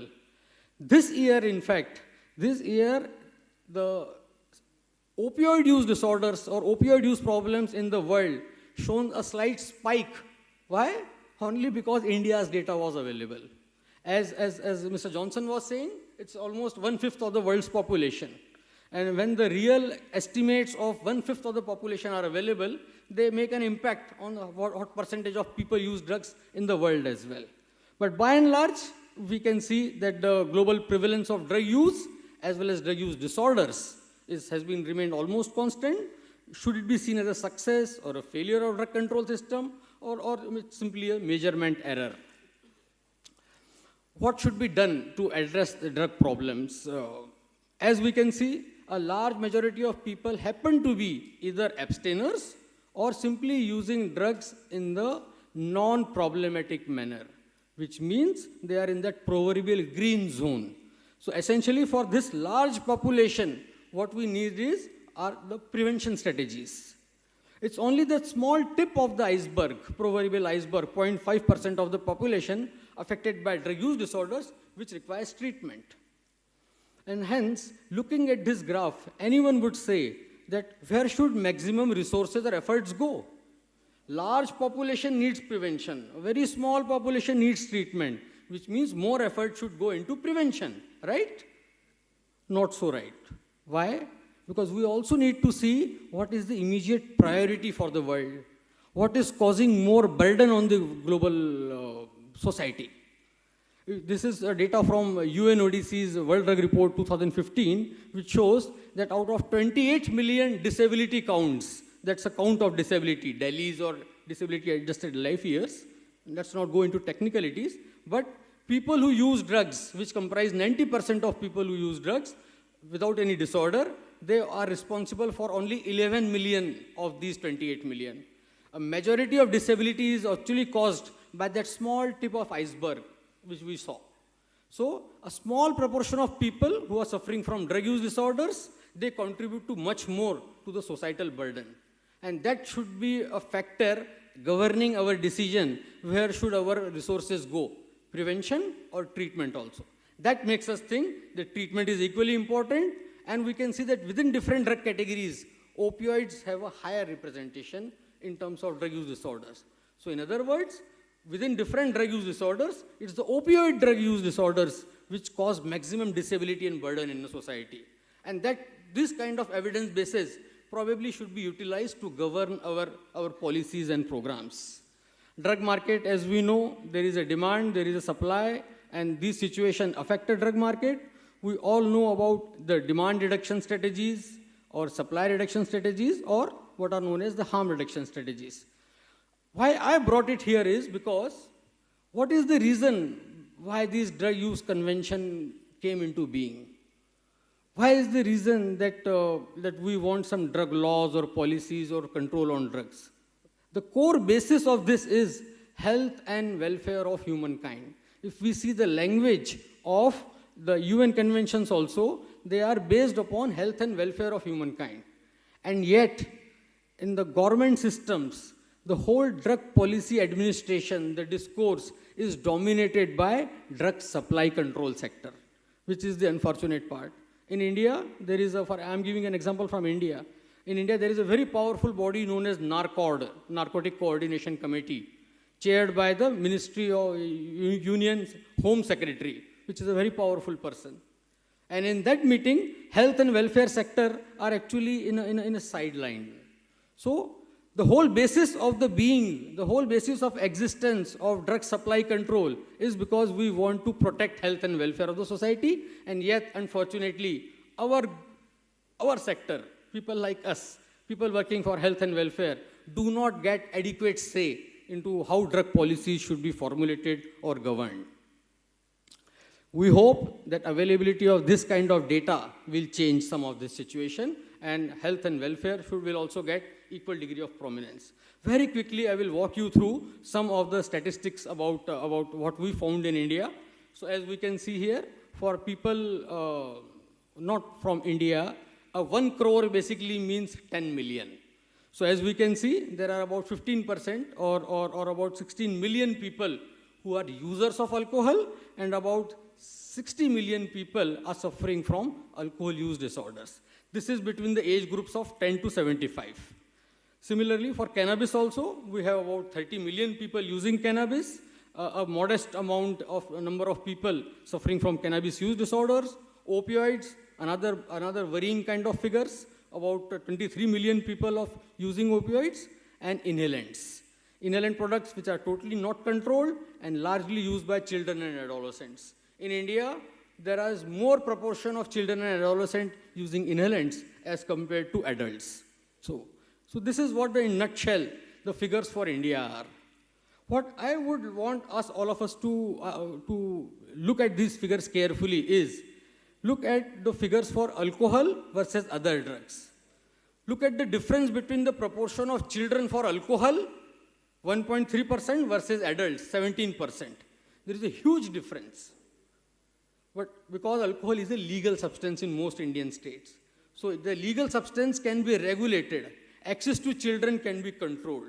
But look at other illegal products, other illegal substances. Fairly high proportion among children and adolescents as well.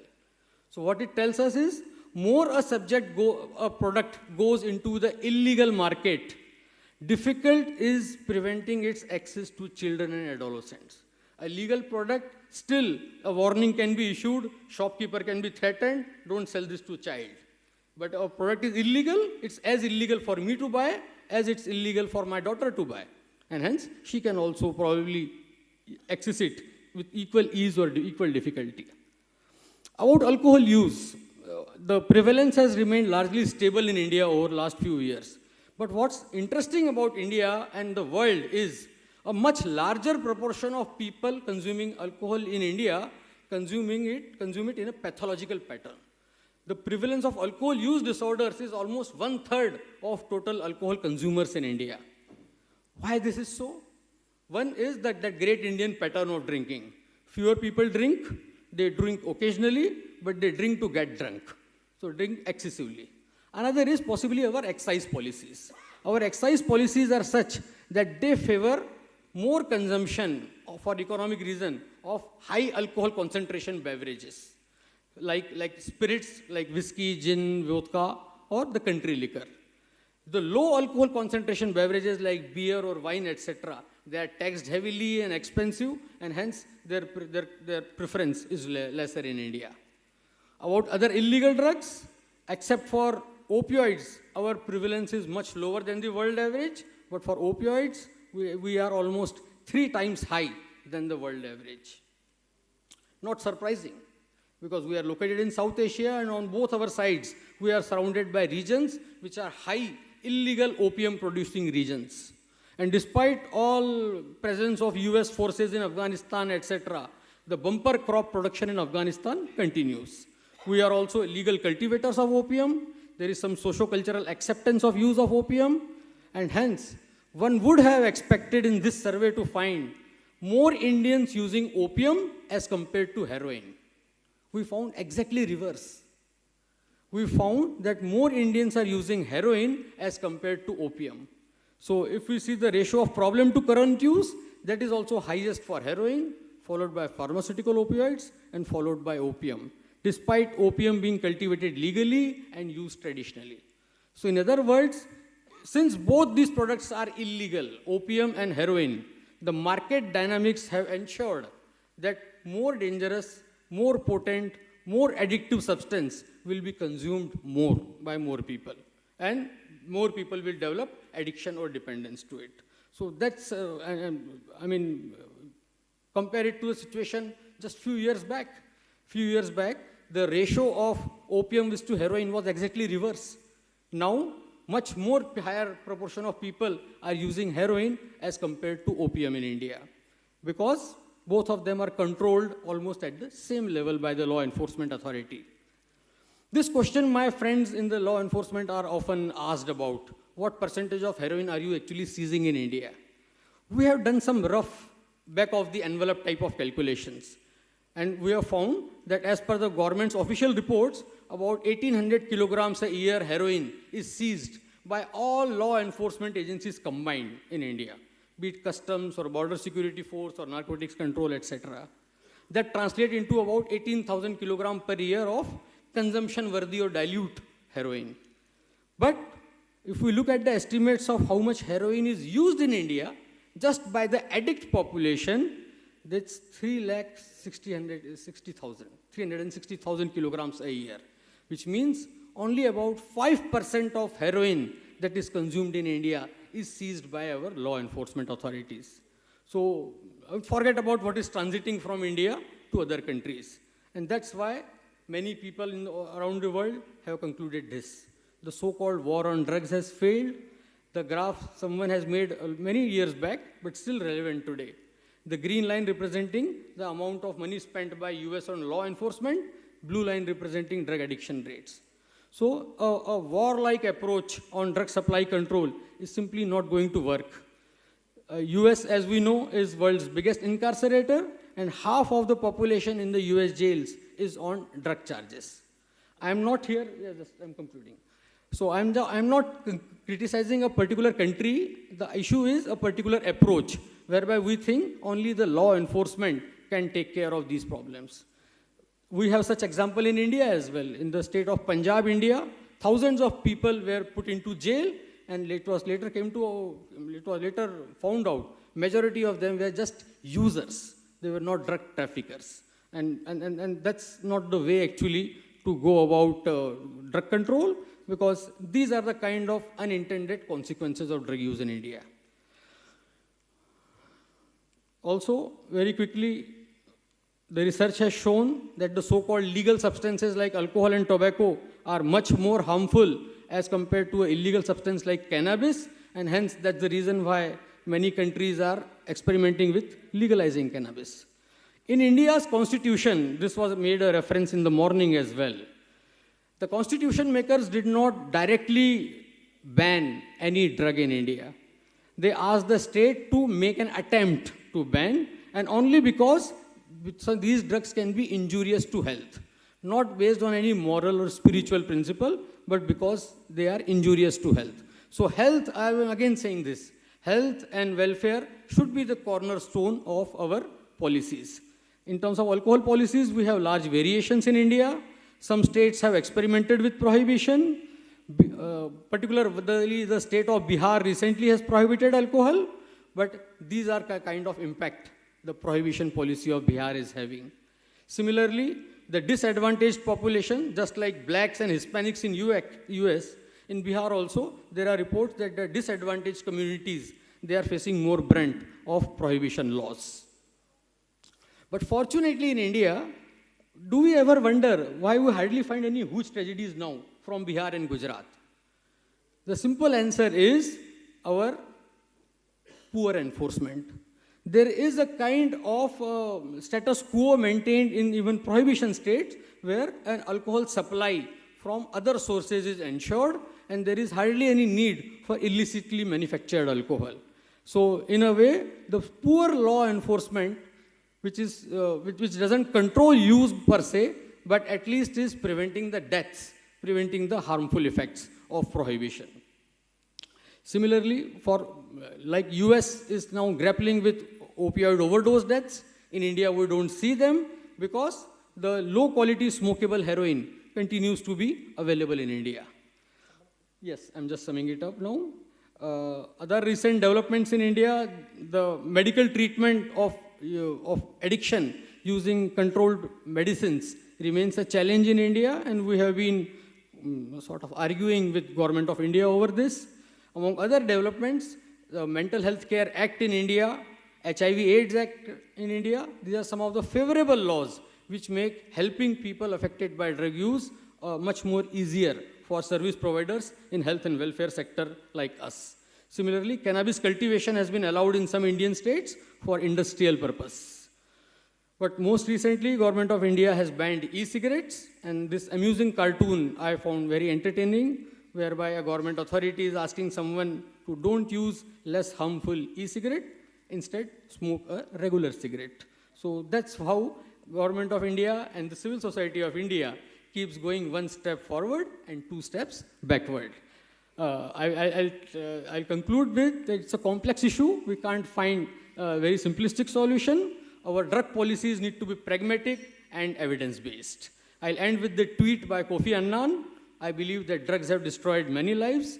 Wrong government policies have destroyed many more. Thank you very much, ladies and gentlemen.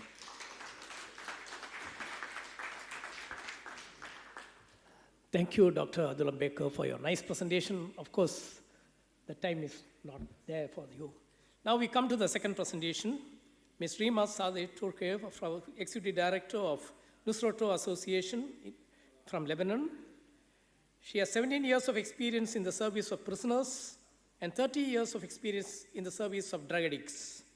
She is a member of the International Board of Directors of the World Federation Against Drugs, and she is an Executive Director of Prison Fellowship Lebanon and a member of Amnesty International. Now it's the floor open to you.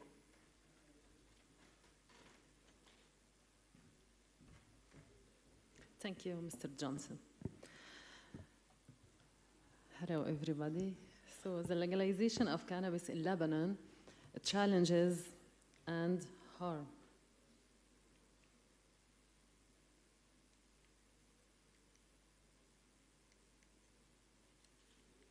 Which one?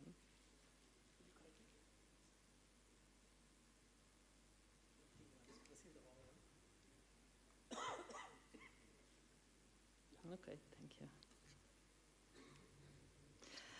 So Lebanon is a small country, 4 million population, located in the Middle East, 10,452 kilometers, 8 governorate with 18 confessions.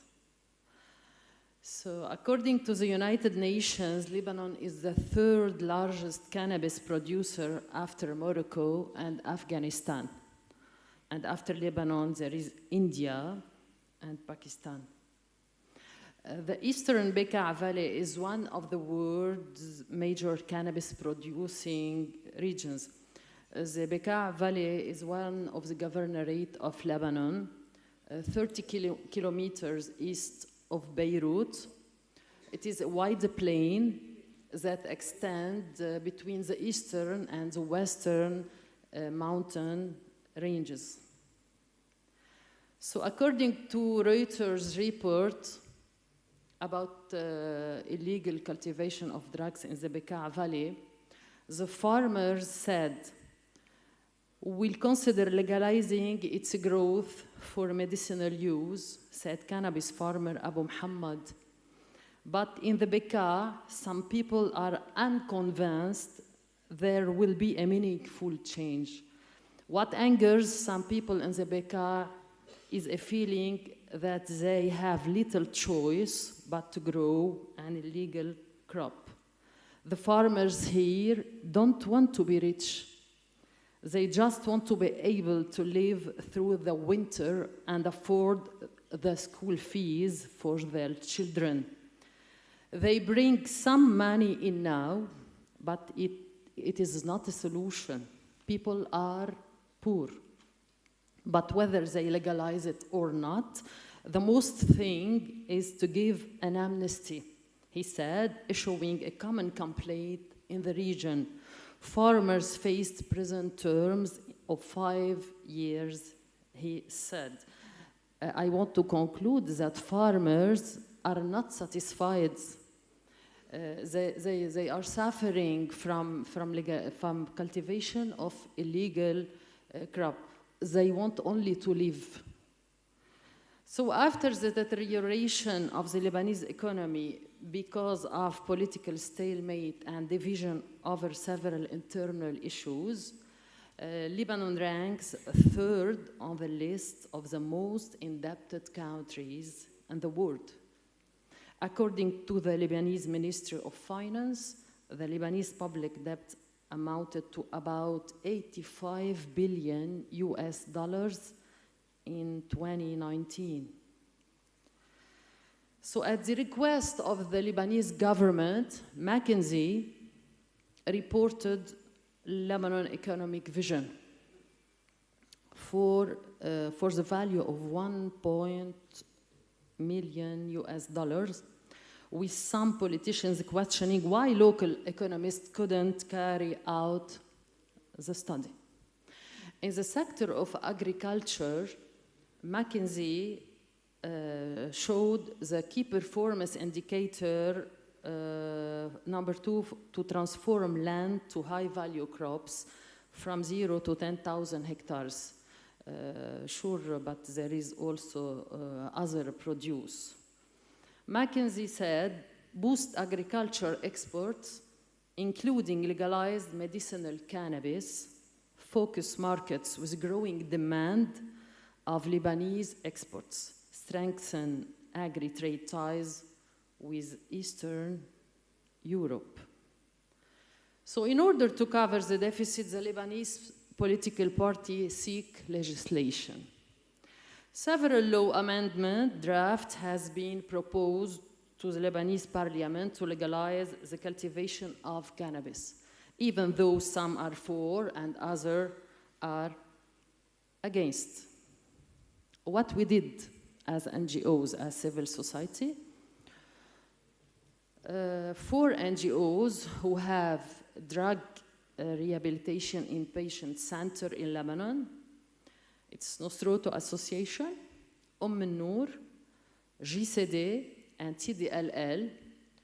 We prepared a statement showing the harms of legalization of cultivation of cannabis.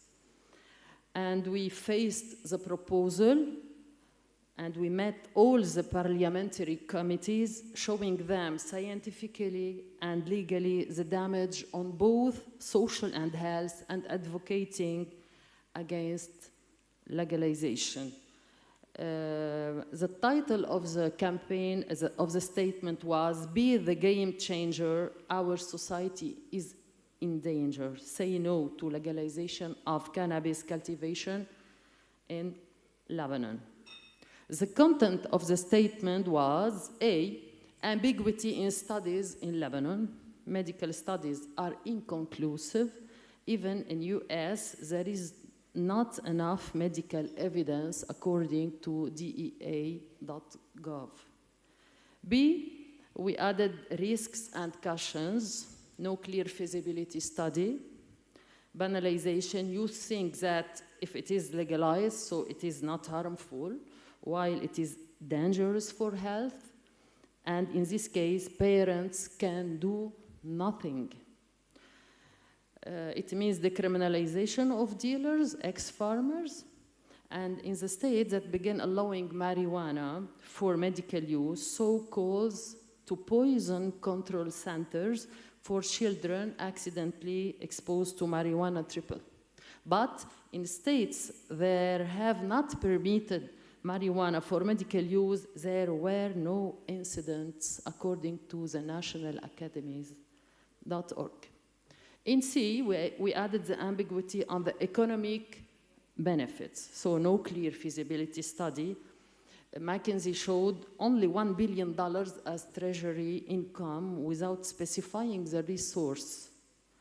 And we added that in California, it would cost 77% more than traditional agriculture, lead to uncontrolled black market, according to NewYorkTimes.com. Indeed, we showed the ambiguity on the monitoring and control. In Lebanon, according to the law 673, it is illegal to harvest, trade, produce, or possess illicit drugs, including cannabis. And also, ministries need to establish competent department to implement laws and to prevent chaos and the black market. And we focused on the non-implementation of the traffic law and the smoking law.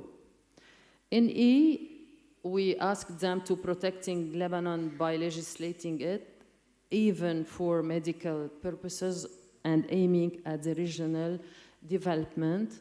And we showed them that Lebanon in 1997 already signed in the single convention on narcotic drugs, especially in the Article 22, which aims to protect human rights and the well-being. Our statement was presented to all political parties and the parliamentary committees, to all, non-exception.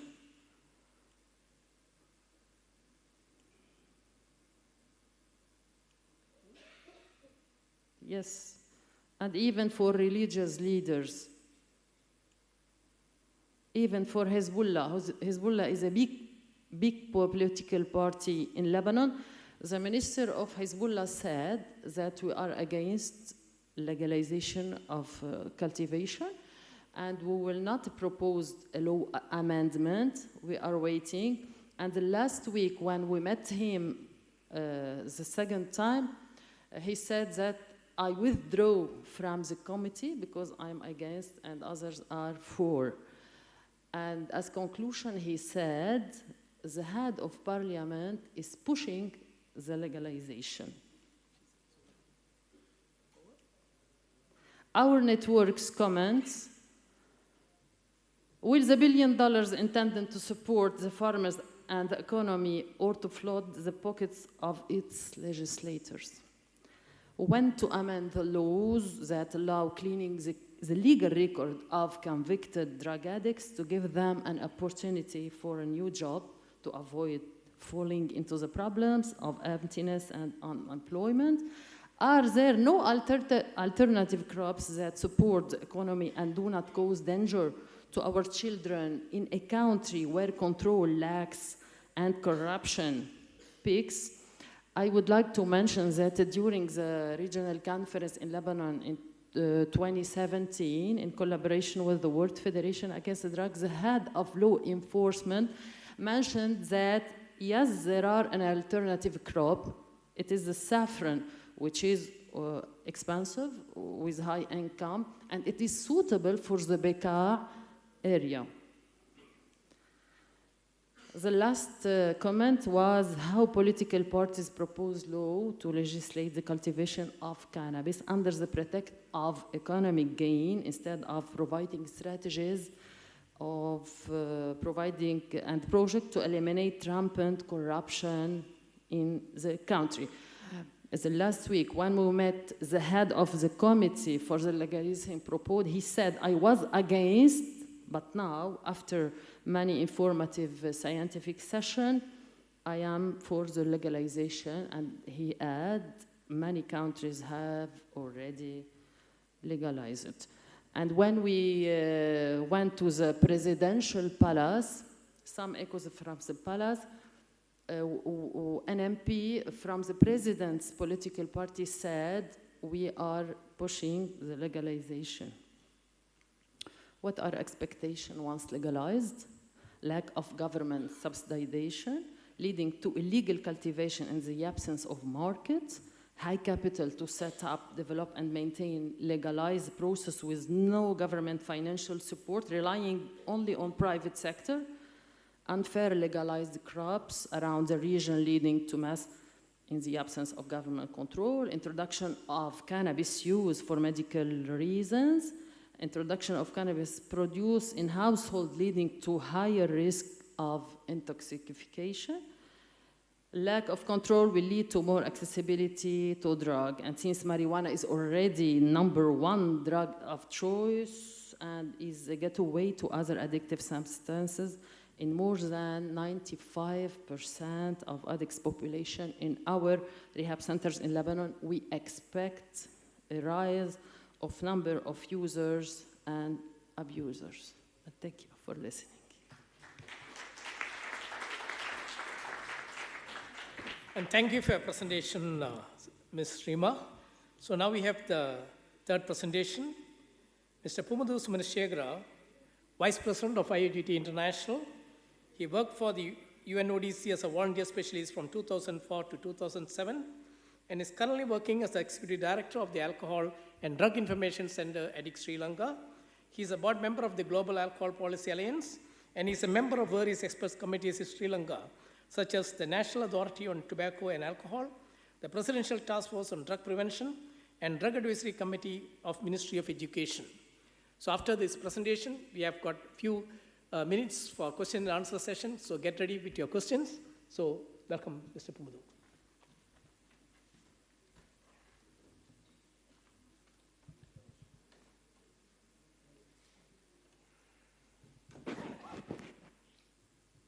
Thank you very much. Shall we stand up and sit again once? Oh, yeah? Yes, please. Yes. We have been sitting for now more than 1 hour. Stretch yourself a little bit and then we'll come to the presentation.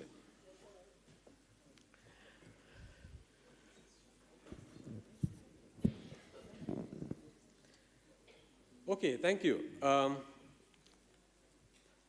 Actually, after listening to a few presentations from the morning, so actually I am tempted to do something else than I prepared.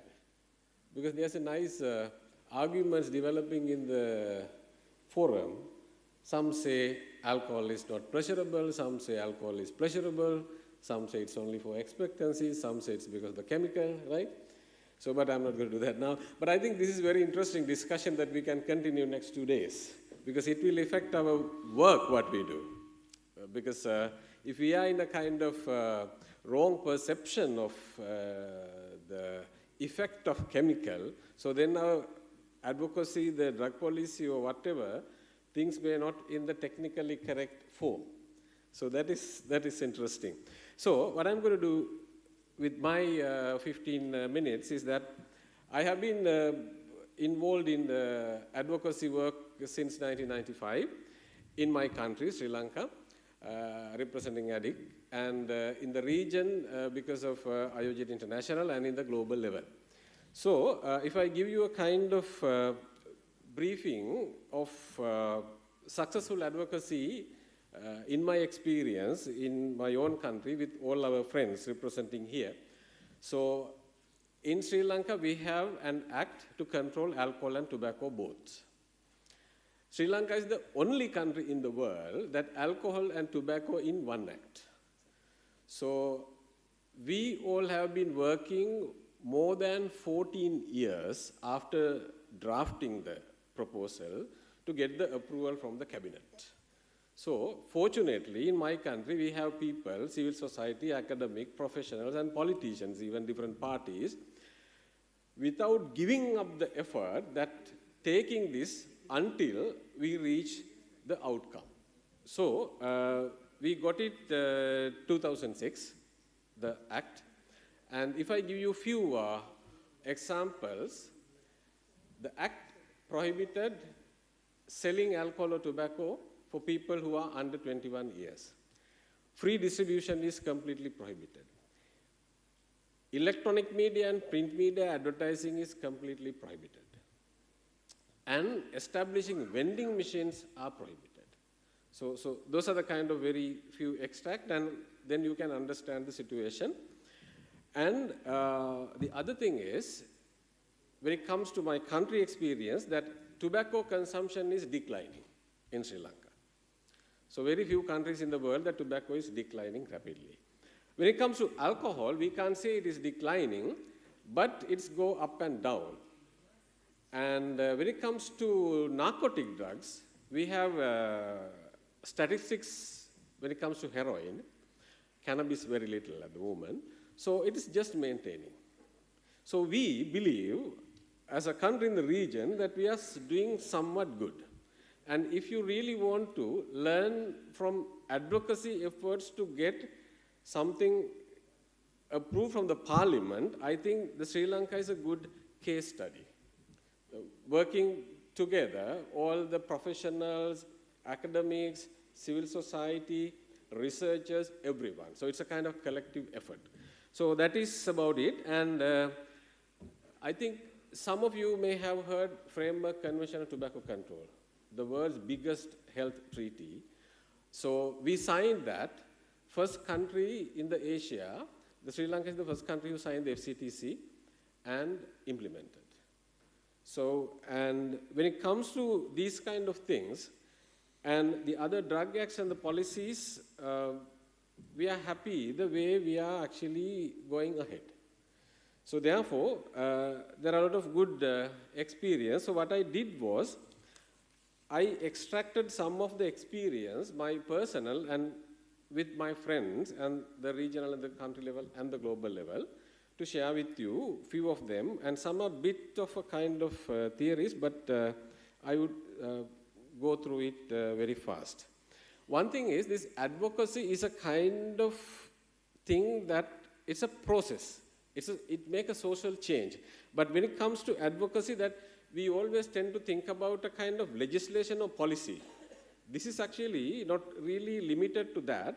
It's a kind of the process that changing attitudes, social relationships, and the power relations.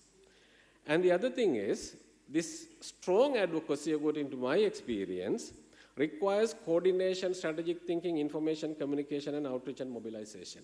I know there are countries fighting now for many years to get some kind of control act done, but it is not happen.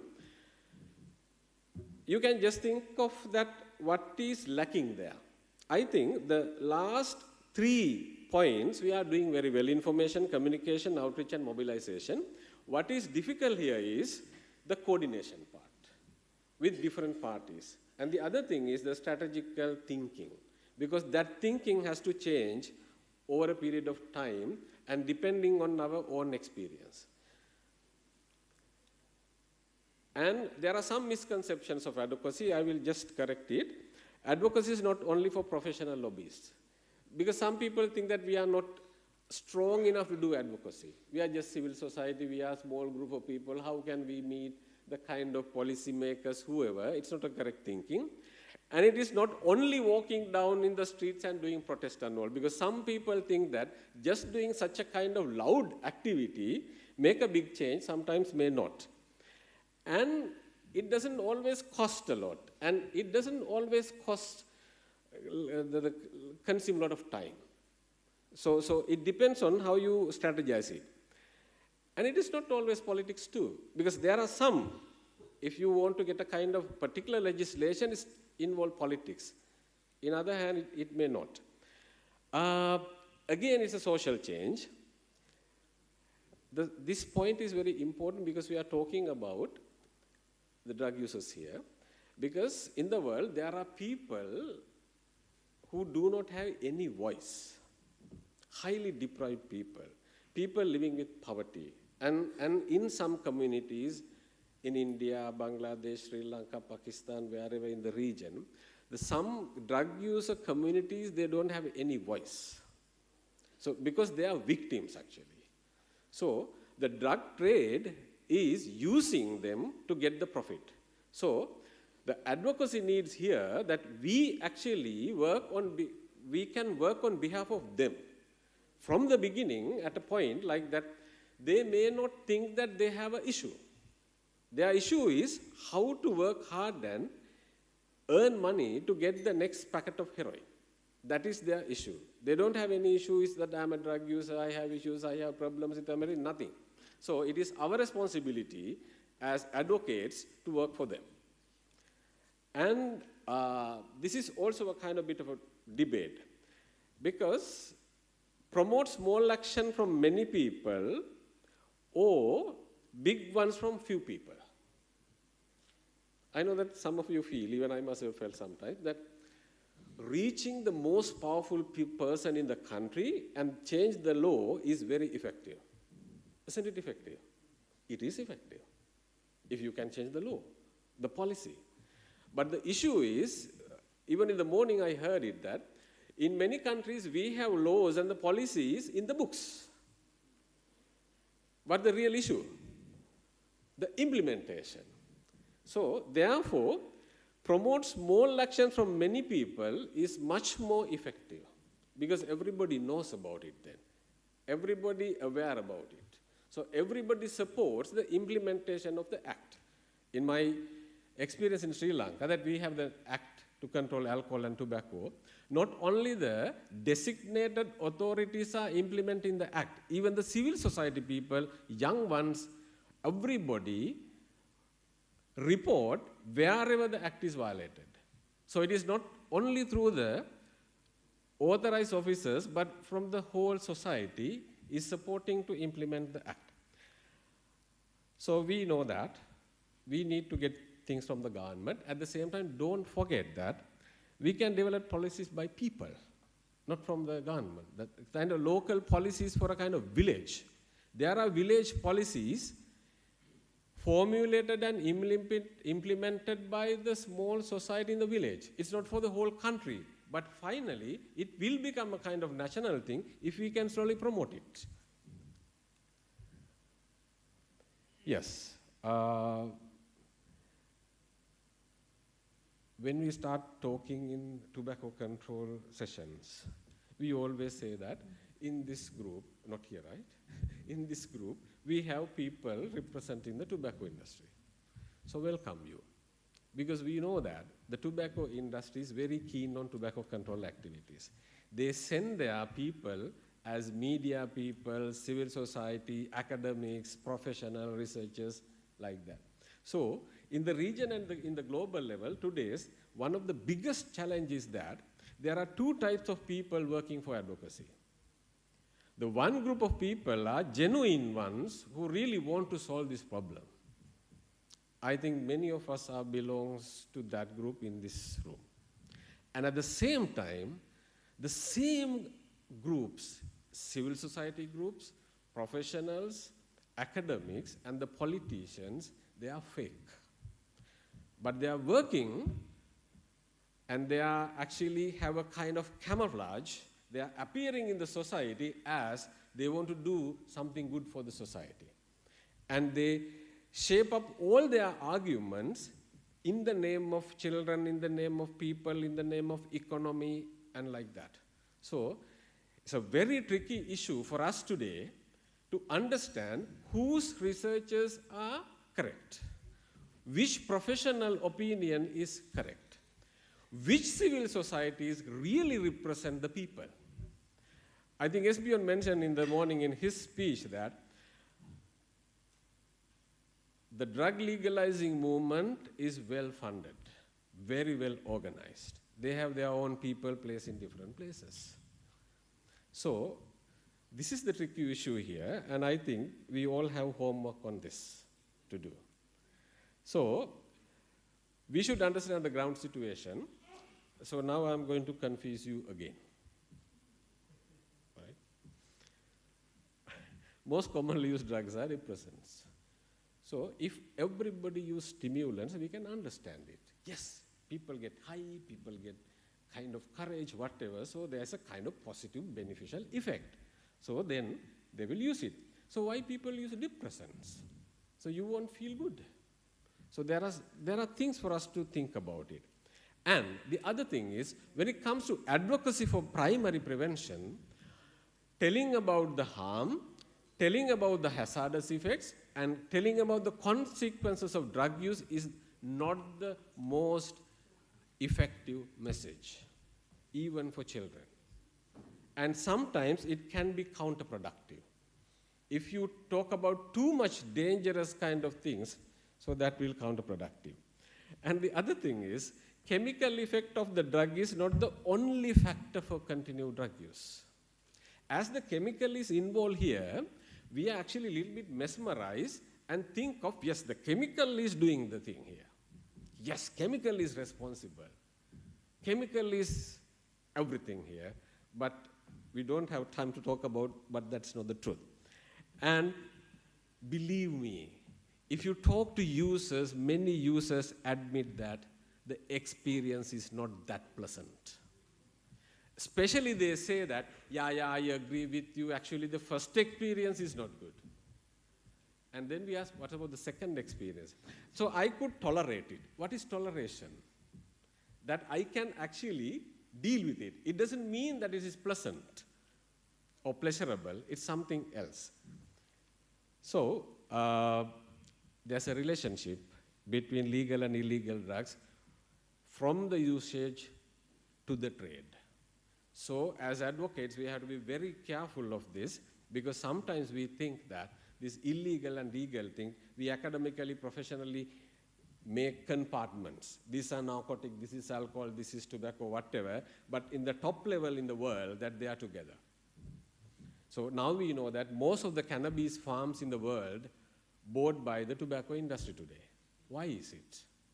What is behind it, right? Okay, activities of the drug trade mislead policymakers and general public. We talk about it. Drug control measures that have paradoxical effects. So I'm going to stop here, and thank you very much.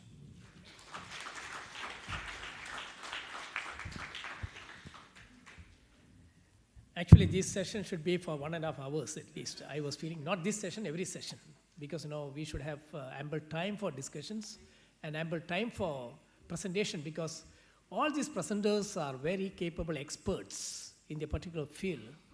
And we are missing this opportunity when people who are, because today not only Atul, but Ragesh Lal was telling me the same thing, coming all the way from Delhi and spending 3 hours, traveling more than that time and spending 3 days and a lot of expenses, 15 minutes, what shall I give? So that is a big constraint. So I think in our conferences, let the presentation number be reduced, but we should have ample time for discussion. And I'm sorry that we have got some time, because again, the next panel is getting ready for this thing. Okay, any questions? Okay, I can see, okay.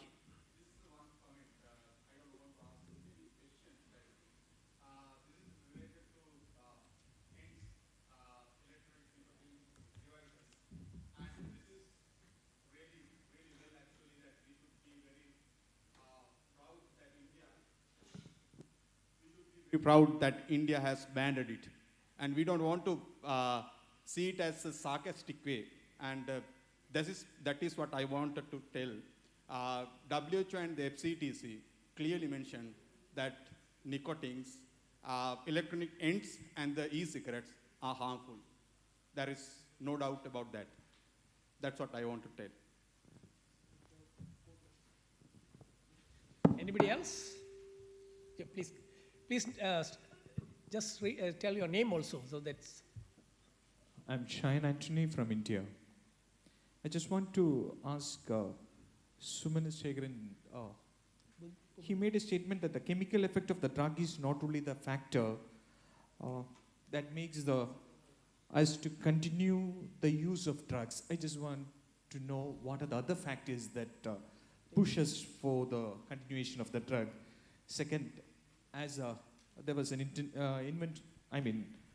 one of the participants also stated that Dr. Atul, with regard to the e-cigarettes, I believe that it's a policy of the central government of India, to ban one-time plastic things. That's also somewhat related with the e-cigarettes also. So that's the reason for that. But I appreciate your intention behind that. It is purely to ban the tobacco. That's what your intention is. I appreciate that also, sir.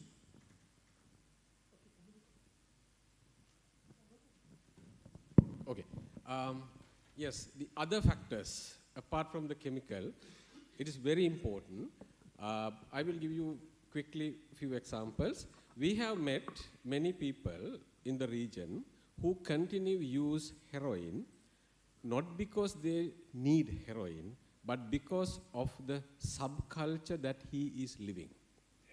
It is just like some people drink alcohol, not because he really need to drink alcohol, but because of the setting. So one thing is about the kind of environment he or she is living, that is one factor. The other factor is the strong norms and the kind of laws made by the particular community. There are communities that sometimes, whether like it or not, that we have to do this. That is the other thing. And the other important thing is, I think Shakya mentioned it in his presentation, from the early childhood of our lives, we, without knowing, develop lots of positive attributions to drug use. Actually, those are not really chemical, but it's actually socially learned kind of things, kind of symbolic kind of meaning. So there are many more.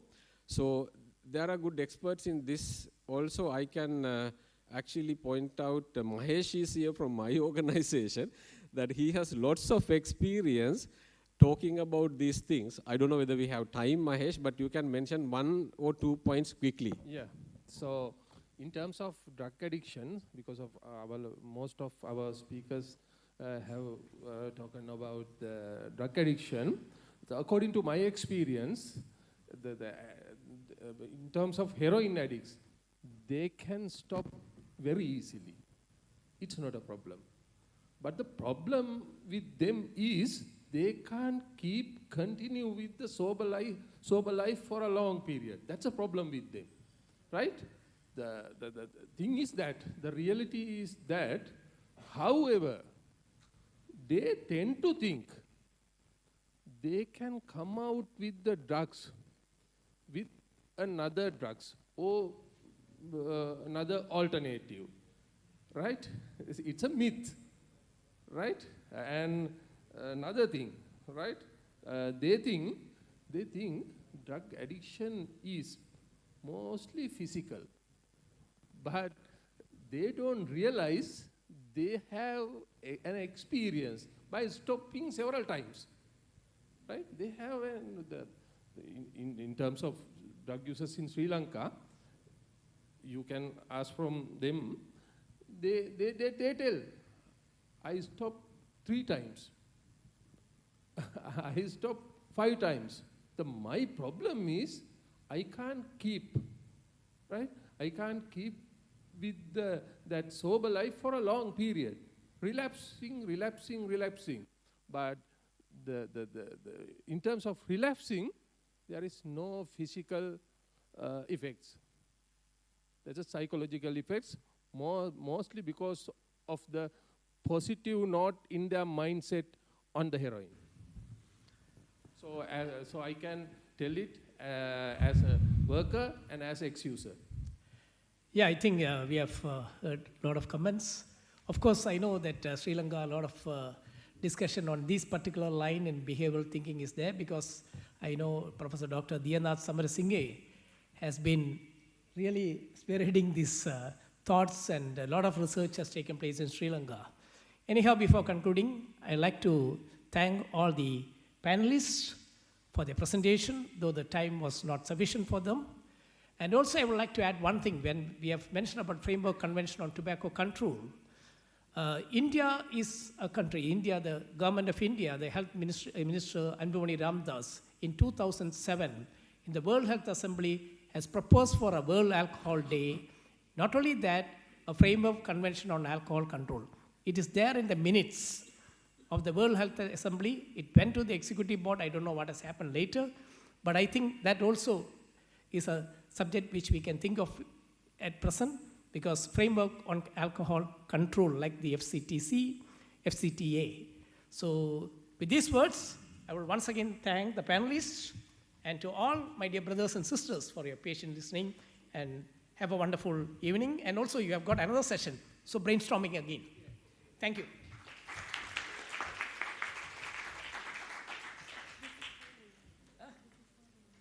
Okay, this is for Rima. Okay. Because see, they know the color. Okay.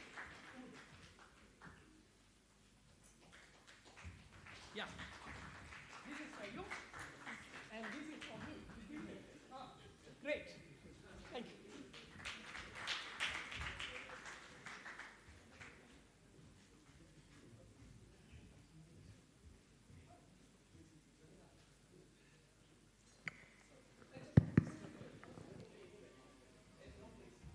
Thank you, Mr. Johnson, for that wonderful 1 hour of discussion.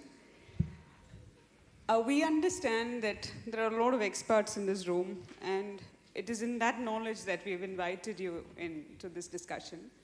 It is just sad that all our conferences have day limits and time limits. Not that we impose it, but it is something that we want to do to get a maximum effect of the minimum time, like out of the minimum time. So, but there is a request. As much as I represent a crowd that works with youngsters today and with the youth, I also want to reiterate the fact that as much as our knowledge plays dominance over the sectors or the experience that we have, there is a very limited attention span to the youngsters or the youth of the next generation. If you get into the social media or the world that they're dealing with, they need information in less than a minute. If you can hold their attention in less than a minute, they're going to sit with you for another 5 minutes maximum.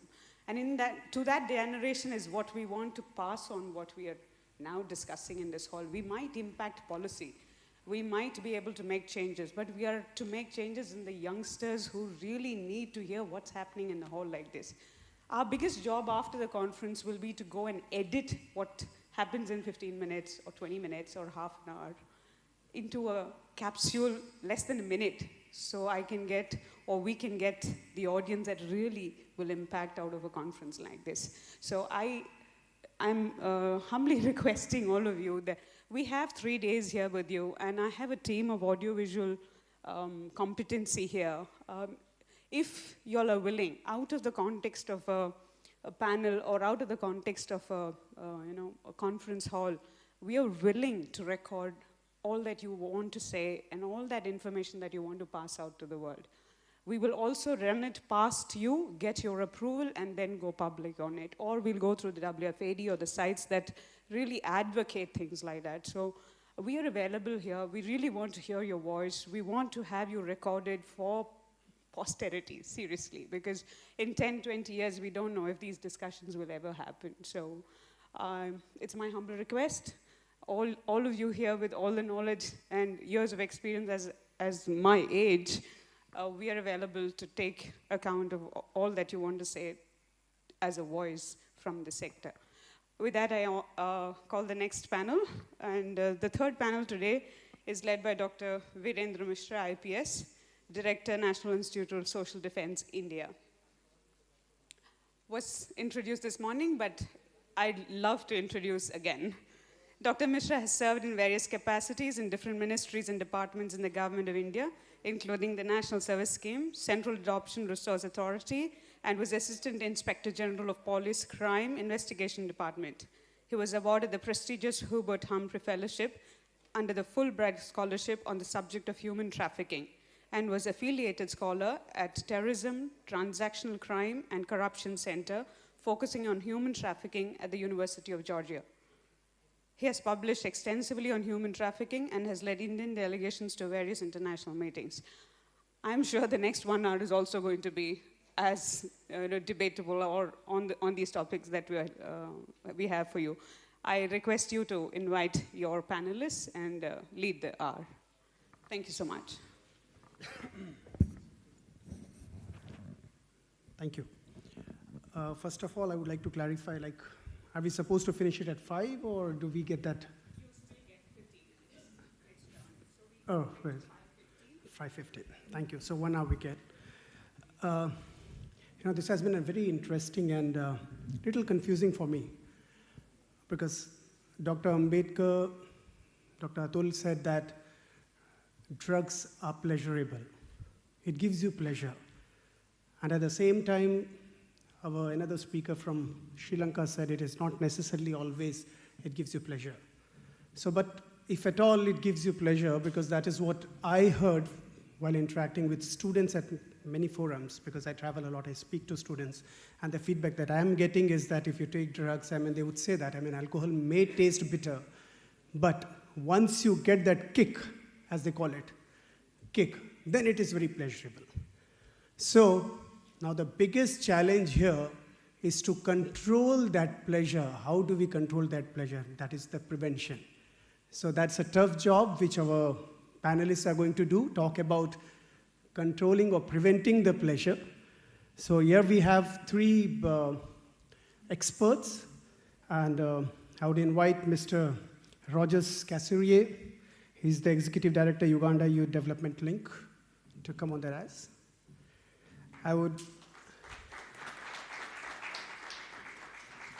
The second speaker is Ms. Mulka Nisic. She's the Regional Coordinator, Celebrate Recovery, Boro, Bosnia and Herzegovina.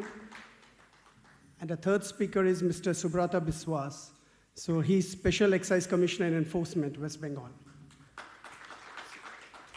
It's a very interesting combination. The two are working with the community and in the community, and the third one is like a law enforcer. And a law enforcer talking about prevention is an interesting thing because he's working more on supply side rather than on demand reduction. But here he would like to present on how important it is that both should go hand in hand. Before we start, as the panel, the discussion is going to be on community action in empowering prevention and recovery, as we had been talking since morning, that globally or earlier, not now because the things are changing now, earlier it used to be thought that drugs is always a criminal justice system problem. Now there is a shift, and now we have started realizing that it is a social justice system problem. It is not merely criminal justice system problem. So that is why, and when we talk about social justice system problem, so then the onus lies on us. If at all somebody becomes a drug dependent, then it is our failure as the community members, as part of the social justice system. So that is where we are more accountable and responsible. And the best way is that everybody contributes to prevention and then the recovery. So I would like to introduce my first speaker here, Mr. Rogers Kasirye. He has consulted with both local non-governmental organizations and international agencies, including WHO, UNODC, ILO, UNFPA, and UNICEF in Uganda. His past research has focused on juvenile drug abuse and sexual risk behaviors and AIDS awareness among street children and slum youth in Kampala. He has participated in NIDA-supported collaborative research designed to adapt materials on substance use and runaway youth to Uganda. He's, again, one of the Humphrey Fellows, Hubert Humphrey Fellow, and he's chairperson of the East African Policy Alliance. Mr. Kasirye believes in early prevention. So I request him to come and deliver.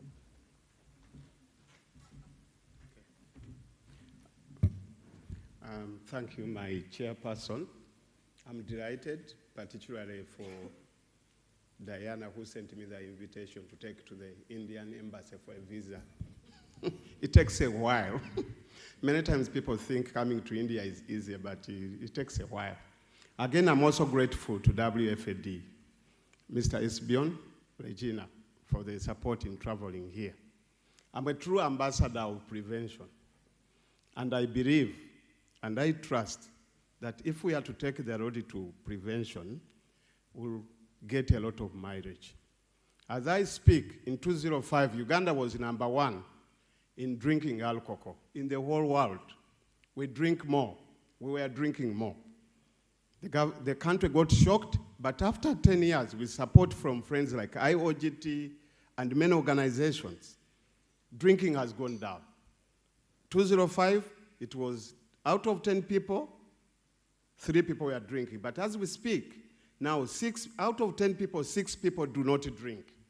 So that is a very big achievement because of talking, because of prevention work. And if we want to stop, and if we want to prevent, I think let's spend more time with young people, with children. Let's begin with children. And as we talk, people get shy when they come to Kampala. They don't see people smoking on the street. We don't have a smoking epidemic. And that is part of the work we started some time back. And actually, if you are doing prevention, do not expect results now or today. Results take long, over 10 years. Venda, the project you are doing, for 10 years, you are going to have young people who will say no to drugs, who will say no to alcohol. And that will be a cycle. I think prevention also moves in a cycle. You have to be very patient. And as you go along, many people will come and join you. Others even claim, but don't care. You work together. we work together. So I'm going to share briefly what we have been doing in Uganda, particularly in Kampala. Our focus is like vendor. We deal with young people, 12 years to 24. We normally don't deal with adults, but we go in the community and do some community work to raise awareness. But I'm going to share with you briefly. I hope I'm going to handle it properly.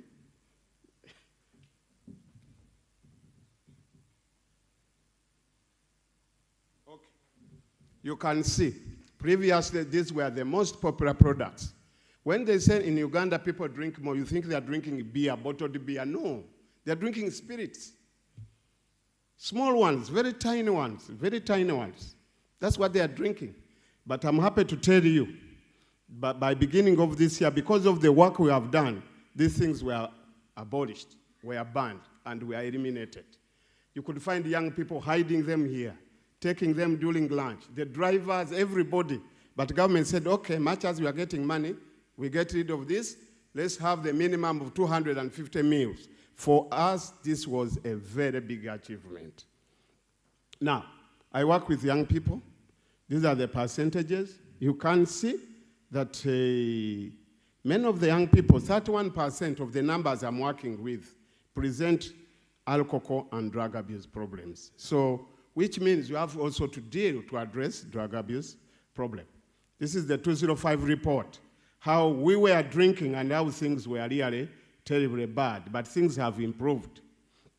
Now, the challenge we have, I don't know here in India or other countries, in Africa the population is young. Majority of the population are below 30 years. That's why African governments are grappling with unemployment, with high levels of crime. They cannot satisfy the young people, and actually they are worried. The momentum, the youth bulge, the momentum is so high. Because if you have 40 million, but 78%, 80% are below 30 years.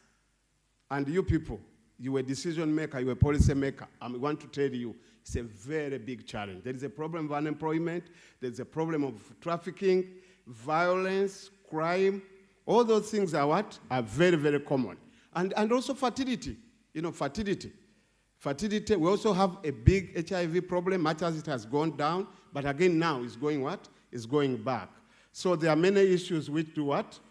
Which affect. I'm going to jump a little bit because my slides are many, but I'm leaving the slides through the website. You will access the material. But what about the community action approach? We want to raise the issue of well-being of the young people and the community. And when you go talk to the community, there are two things you are raising as a social worker, as an NGO, as a civil society. You are raising two things. You want young people to be healthy. Individuals, away from the problems which come with addiction. Then the second thing, how do we ensure that in the community we have less violence? Everybody feels safe. Everybody feels that he can walk, he can sleep, he can have all this. And then how do we transform communities? And these are the two key things which we are aiming at, whether you are talking big or what. We want young people to be healthy. We want the community, individuals, to feel safe and to feel healthy. Now, the community approach helps you to work in that setting, in the local context, where you work with the people to promote health, to putting health promotion very what? As number one. You are also improving the individuals and the community environments, because together, you'll come together and say, what can we do? What can we address? So the principle of community approach is about working together as one. How do we work together to help young people improve their health? How do we work together in our community to see that our people are safe and are living well? So the key points to take note of, the issue of participation. Together, participation by all community members. Then organizing the people themselves in the community, leading by themselves, and empowerment of the people through training and showing them that these things we can do. By the way, you don't need a lot of money to do these things. You need a commitment, you need individuals who are willing to work with you, and then you start moving. I want to tell you, other people will join you and work with you. Then we are talking of helping people to identify and analyze the problems themselves, sending them back to their communities, helping them to develop questionnaires, develop issues, and bring the issues on the table. And then they can be able to see the what? Then help them, after identifying and analyzing the problem they have, help them to develop strategies, community-led strategies. Not strategies developed in America, developed in Africa, but themselves at the local level. If these are the issues, if these are the problems, what do we do? Then help them to implement, help them to monitor, but also to evaluate, so that they can see themselves that they can be change agents. Themselves, they can what? They can help. We are grateful for the support which comes from many, the support which comes from many of our partners. We're a low-income country. We depend a lot on many organizations at international level. And we have done 4 outstanding projects. Currently, we are doing a 5-year project supported by SIDA, from SIDA and IOGT. We are also doing one. We have done one supported by UNODC, where we train the young people to work on international standards and themselves engage communities. Currently, we are also being supported by CADICA, Community Coalitions of America.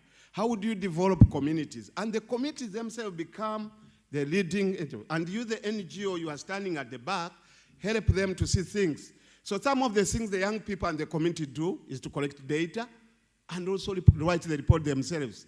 Engage them in policy and advocacy work.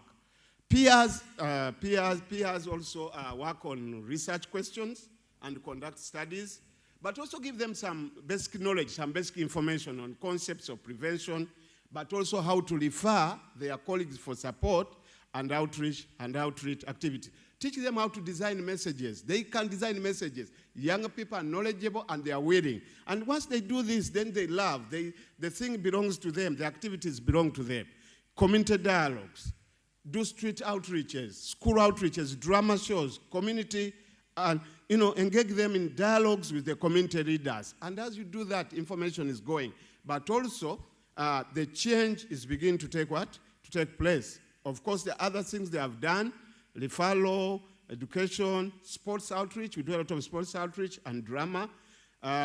What have we learned out of this? That when you engage the community, you reduce the burden. You are taking back the problem to them. You are saying we can work together, we can reduce this. And surprisingly, people will listen, people will say, and even communities begin to contribute. And also, the other lesson we have learned is that all the communities are not the same. The communities will differ. So be able to recognize the inequalities, but you need the community input, you need the community trust, you need to build the partnership. All those are very key. Give appropriate information. And also intervention need to be supported by alternatives. The moment you say drugs will harm you, the moment you say don't use alcohol, don't smoke, you need to look at other alternative activities. Ask the community. Ask the community. Ask the community. They will help you to show all that. Now, these are some of the peer activities we've done. The young people. This was a project supported by UNODC. Our friends Billy supported us. Young people like music, dancing. Don't forget dancing. Peer education. These are some of the community activities we have done. Meetings with the local leader, educative. Young people want to go in the community and give back. Sports, netball, football. We are not doing very well in football, but in Africa, no problem. Of course, training the NGOs and CBOs to work with you. Thank you for listening.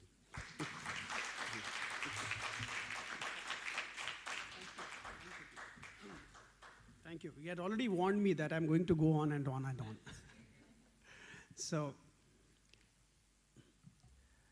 it was very interesting. We are talking about prevention and recovery.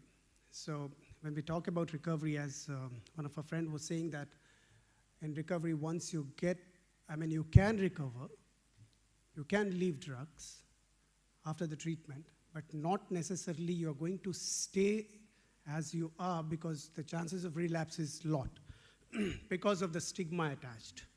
So that's why we say, like when we call prevention, the prevention can be divided into 2 parts. One is the proactive prevention and the other is reactive prevention. The proactive prevention can be that the prevention, we do to prevent the people from getting into drugs. And reactive prevention is once they are treated, then we ensure that they are prevented from getting back into the drugs or relapsing into drugs.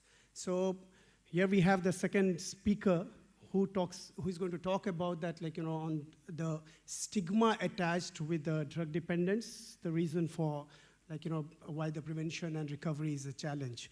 So Ms. Mulka Nisic holds a degree in political science, specializing in social work, besides having undertaken trainings in psychology, recovery from addiction, and drug policy.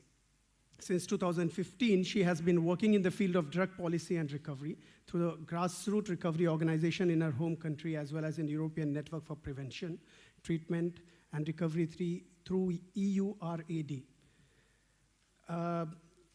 Ms. Mulka carries different projects and research which aim to explore and improve the situation of people in recovery who are still struggling with addiction and facing multiple disadvantage experiences, including substance use disorders, contact with the criminal justice system, and mental health issues.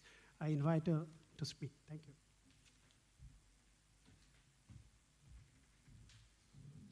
Hello, everybody, and I hope you're not too tired. It's a challenge to be part of the last panel for the day, but I'm going to try to be short, and I encourage our host or chair to interrupt me. I want to talk today about what community can do to facilitate or to block recovery, and what each one of us can do to contribute to this process and to support long-term stable recovery. And I will also mention two of our projects. One is grassroots and the other one is a research project. But the first thing I want to talk about is what we mean by recovery, because recovery has been a highly contested term from the beginning of it, but no matter what you choose to conceptualize it, I think that the main issues are challenges that we face on the ground, and that is transition from the pathology of addiction to a strength-based model. And what we mean by this is that you make a list of all the alignments that are wrong and you tick one by one, and it's not holistic enough for a person to succeed. And also the other switch is a challenge for professionals, and that is a transition from expert models to partnership models. And also the third is the community, the high importance of communities, and the transition from clinical model to community-based solutions.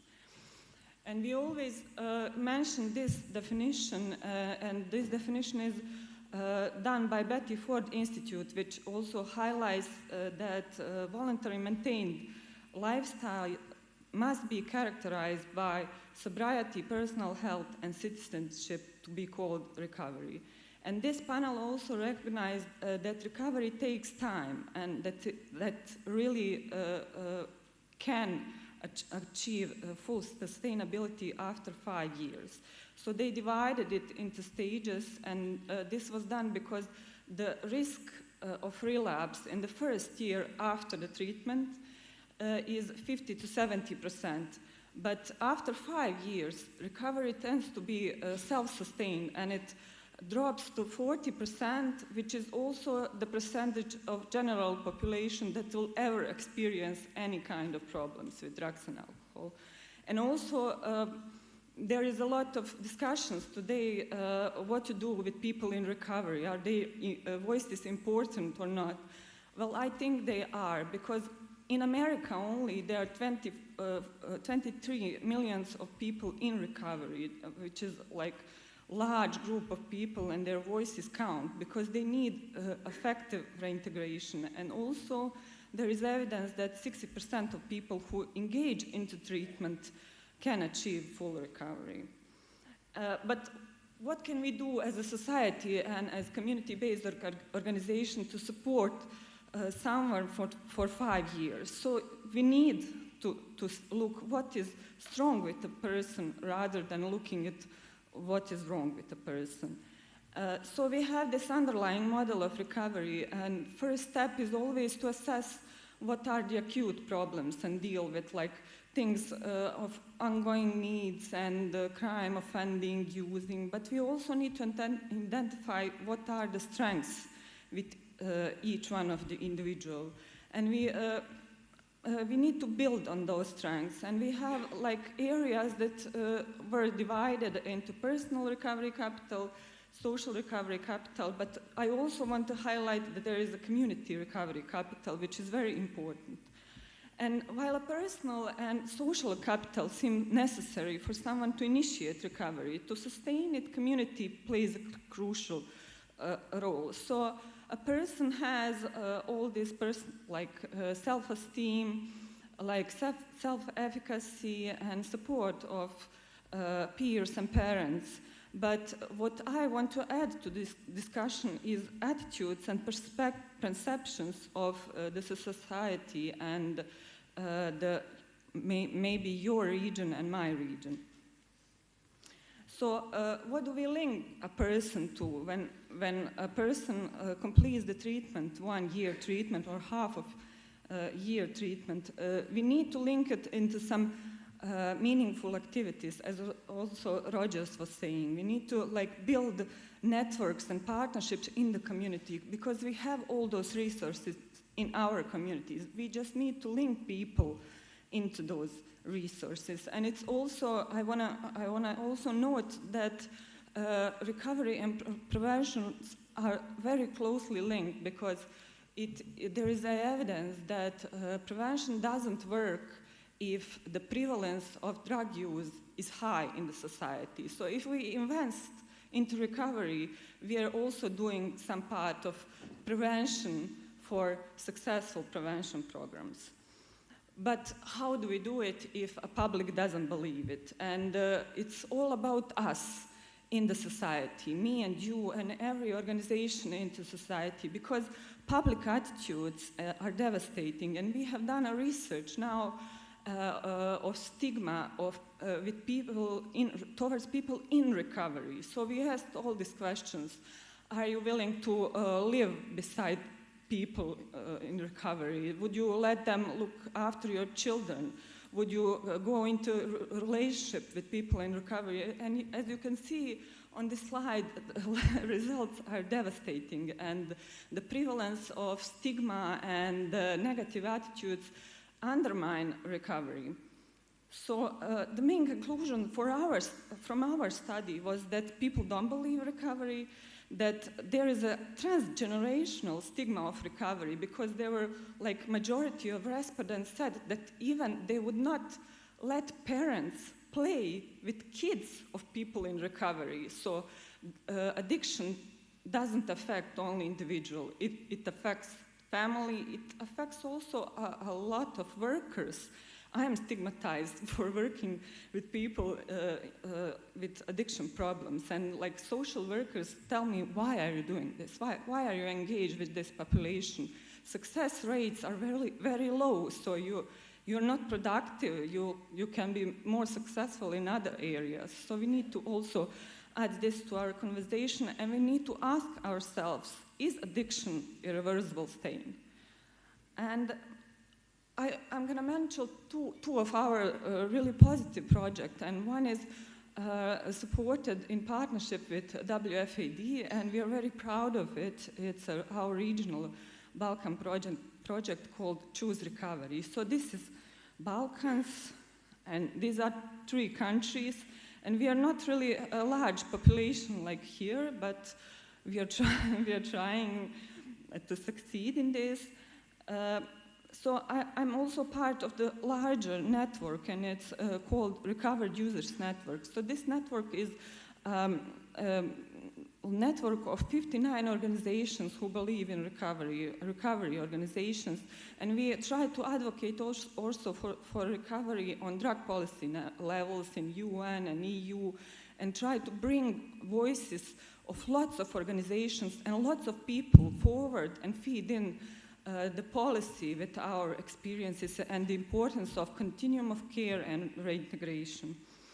So, and in my organization, this is our team style, and We have 5 volunteers. Our president is also in recovery, and we have 1 staff member now employed in our organization, and she is a person in recovery. We have professionals, and we want to encourage this kind of model, partnership model, and mixed experts with experience with professionals model. And we also have lots of partners, universities, academics, researchers, drug prevention specialists, and we are also part of very large networks and in drug policy field. And our project, Choose Recovery, has been done, first we did a needs assessment, and we kind of assess what is needed in our community. And as you can see here, there is a poor interest in this area of work, even in professionals. And we also saw that there are a lot of great services out there, but they are working in isolation. It's not connected. People do not refer persons further into recovery. So we also saw the need to engage with professionals and with media and to work on drug policy.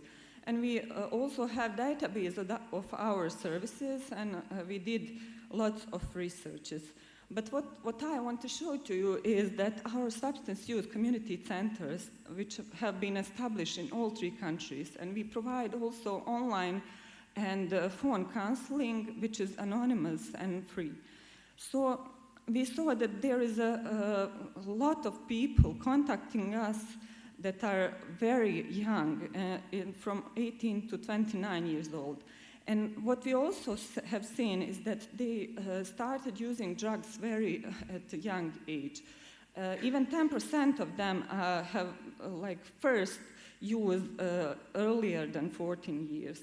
So we also saw the need of early intervention programs, and we now offer multidimensional family therapy, which is adapted to the need of young people. And we also saw that majority of our service users are family members, and so we need to acknowledge the importance of families, because we do lots of prevention programs with children, but we always forget the family is where they come from, and the family needs to be more aware of the consequences and risks and effects of drugs, so they can be proactive with their children. But what also is important here is that current status of all 65% of our users of our services are not in treatment, and even almost 40% of them have never contacted any service. So we are kind of first stop in their life. So this builds to the evidence that community-based organizations are very important in society, and that people and families like to contact someone out of the system, not institution, to help them with addiction problems. And what I also want to add to this is our research, which is life in recovery research, and it was firstly done in US, in Australia, in UK, in Canada, and also it has been done in our countries. And we wanted to challenge stigma and marginalization with this research, because we examined all 5 domains of life to see what are the differences from active addiction to recovery. So how do people recover is very different, but we think that initiating and staying abstinence is not the same. They are not the same mechanisms. But as you might have guessed, in addiction, we have severe consequences on the person, on family violence, on employment, and on economy. And in recovery, people are better than well. They volunteer more, they are remaining employed, they pay bills, they even plan for the future. And these percentages are maybe 2-fold higher than in general population. So contrary to the public opinion research, this is a proof that you're better off having people in recovery in your community than living beside someone that has never used drugs, because they volunteer more and they contribute actively to the community. I hope this is self-explaining slide because this was not done by me. I shamelessly stolen this from Faces and Voices of Recovery and a famous researcher, Alexander Laudet.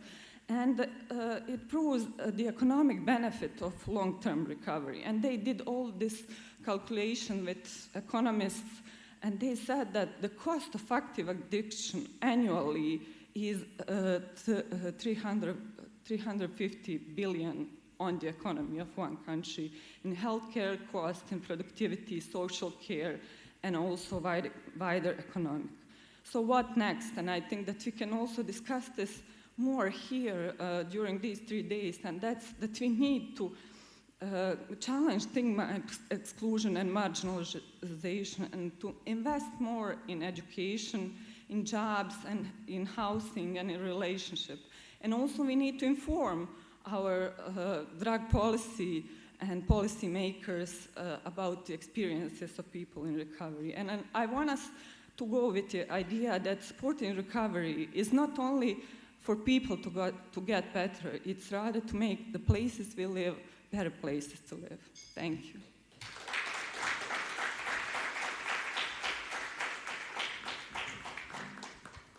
I think the most challenging job is to be a moderator, to stop them or not to stop. So we have a third speaker here, Mr. Subrata Biswas, who is Special Excise Commissioner Enforcement, West Bengal. It's going to be a very interesting combination, you know. He's a field worker, and he's a field worker in the sense like he's a law enforcer. And Mr. Subrata has worked as Zonal Director, Narcotics Control Bureau, which is the biggest organization of Government of India to, you know, counter the supply under Government of India from 2011 to 15, which exposed him to the complex web of drug trafficking and concomitant challenges across 13 provinces and union territories. He represented Narcotics Control Bureau in Indian delegations with Bangladesh and Bhutan on cross-border trafficking of contraband articles, and in trilateral working group alongside Russian and US delegations on anti-narcotics issue in Afghanistan. He believes that demand control initiatives in the fight against drug abuse have been significantly neglected, and the drug war cannot be won by supply control initiatives alone. So that's a very interesting perspective coming from a law enforcer. The Indian Academic Researchers Association honored him with a Lifetime Achievement Award in 2019 for his anti-drug abuse awareness campaign amongst university students in West Bengal. So I invite him here to speak.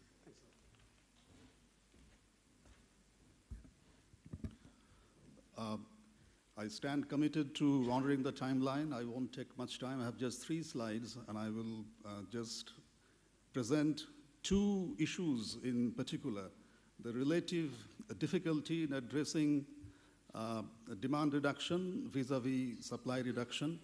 And after that, I will try to present whatever little we have been able to do in our limited capability at the state level in West Bengal, along with the students of the colleges and universities. Slide. Oh, sorry.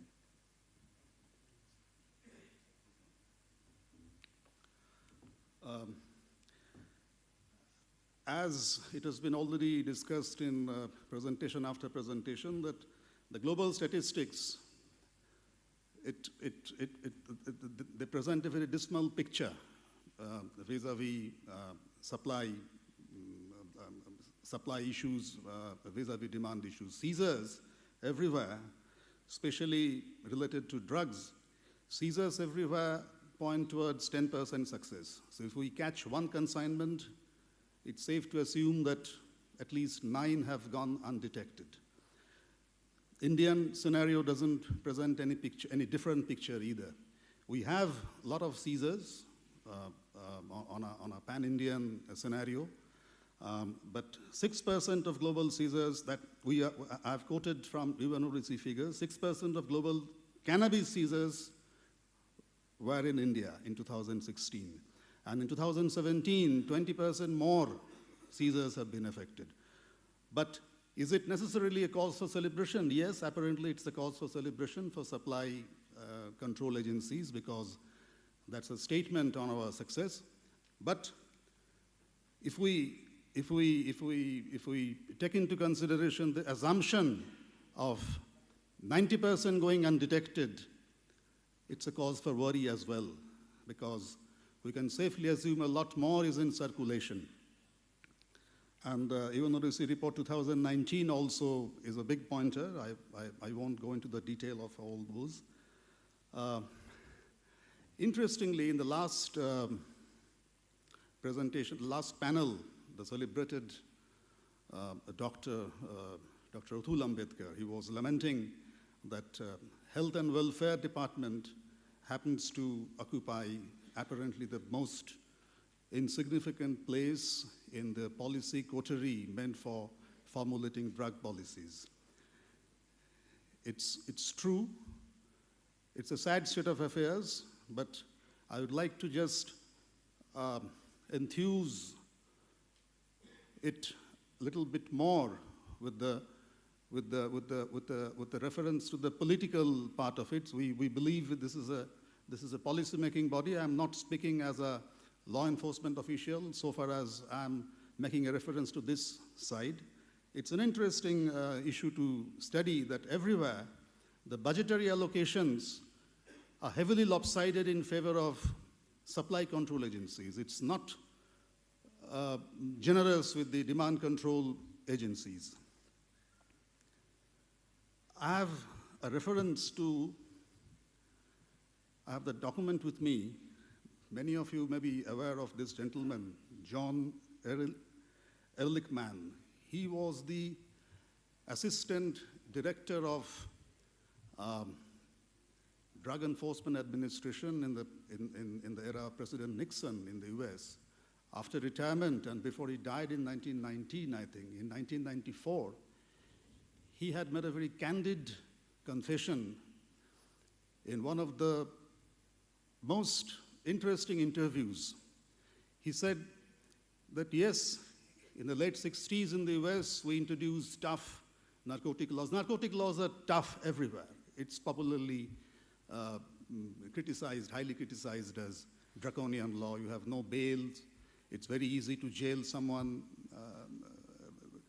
The prospect of getting released on bail is very bleak. So he said, yes, we introduced tough narcotic laws, not really with a view to addressing the drug problem, as much as we were concerned about tackling the problem of the blacks and the immigrants and the communists who were troubling us in the late 60s in the US. And interestingly, those communities did have the drug issues, so we introduced tough narcotic laws so that those people can be thrown into jails with little prospect for being enlarged on bail. Interestingly, this seems to be still ruling the roost in many drug policy efforts at the government level. When we put more resource to the supply control agencies, the supply control agencies means basically police agencies, be it excise, be it police. They're basically handling, administering the anti-drug laws. So when we enrich, put more resources to our supply control agencies, that mechanism can be also used in tackling the typical non-drug cases. If you can incorporate, if you can include or import a drug angle to a case, the shorthand objectives become easier to achieve for a supply control side, for a supply control agency like a police department. So that is why we think that the political actors, they have more expectation, they have quicker returns from supply control. Unfortunately, the returns for demand control, they are not short-term returns. They are long-term objectives, long-term returns. Who unfortunately cares about the long-term returns? The political stakeholders, they are more concerned about the short-term returns, and the short-term returns are more easily achievable by the supply control agencies, not by the demand control agencies. So that is why the demand control agencies continue to enjoy a less significant position vis-a-vis the supply control agencies.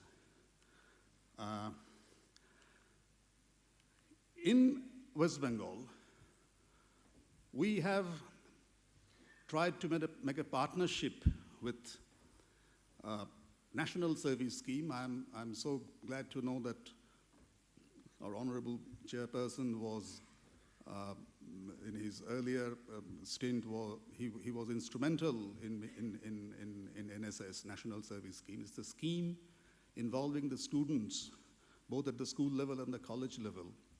They are into all sort of social work, and it's the teachers and the principals who take the initiative in getting this done. So we, in the Excise Directorate in Calcutta, in West Bengal, we have tried to use this NSS forum as a sort of special utility vehicle in reaching out to the student populations and making them more and more aware about the abuse of, ill effects of drug abuse. We have tried to dedicate at least 2 or 3 officials in every district in West Bengal who would be going over to these colleges and universities in association with the NSS coordinators in colleges and universities. And some of them are really forthcoming. Some of the student volunteers, they do act as sort of an ambassador in their own community, in their villages, in their neighborhoods, so that a dual function can be served. One is they can address their immediate peers, the fellow members, and at the same time, they can send a sort of an early alerts to the teachers. Some of the teachers are more dedicated, so the teachers act as the in-house counselors for those affected children. And so in this way, the extended counseling is being done. Early alerts are being generated.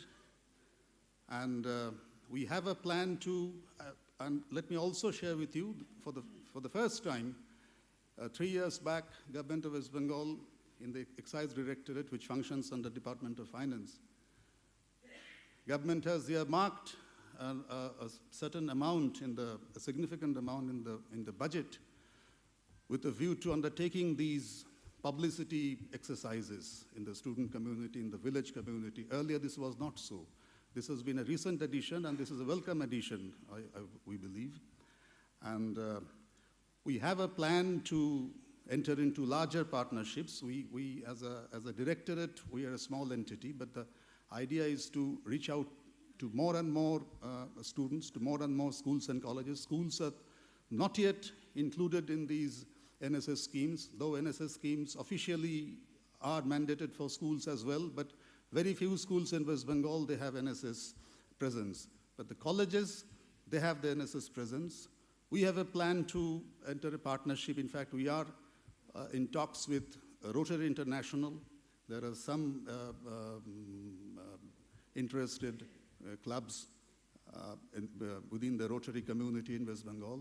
So we have a plan to enter a partnership with Rotary International. We have also a plan. In fact, we have also succeeded in reaching out to some of the corporate groups so that a part of the CSR fund can be utilized for these activities, because it's necessary that the counselors, the official, the psychologists, the doctors, they are also required to be there. Whenever we have the early alerts, maybe a student is more vulnerable to such fits. So that student has to be addressed, counseled, and that can only be done by the experts, psychiatrists or the doctors. So for that we need funds. We have already some funds allotted in our budget.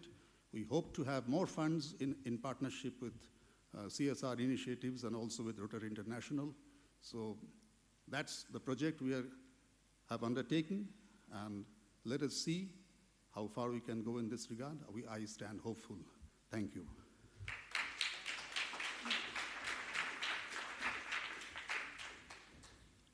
Thank you so much. Very sensitive panelists. They just took care of the time. Well, while he was talking about the supply thing, only 5%, as the doctor was also mentioning, like 5% of the heroin is confiscated, and the consumption of heroin has grown many-fold in India.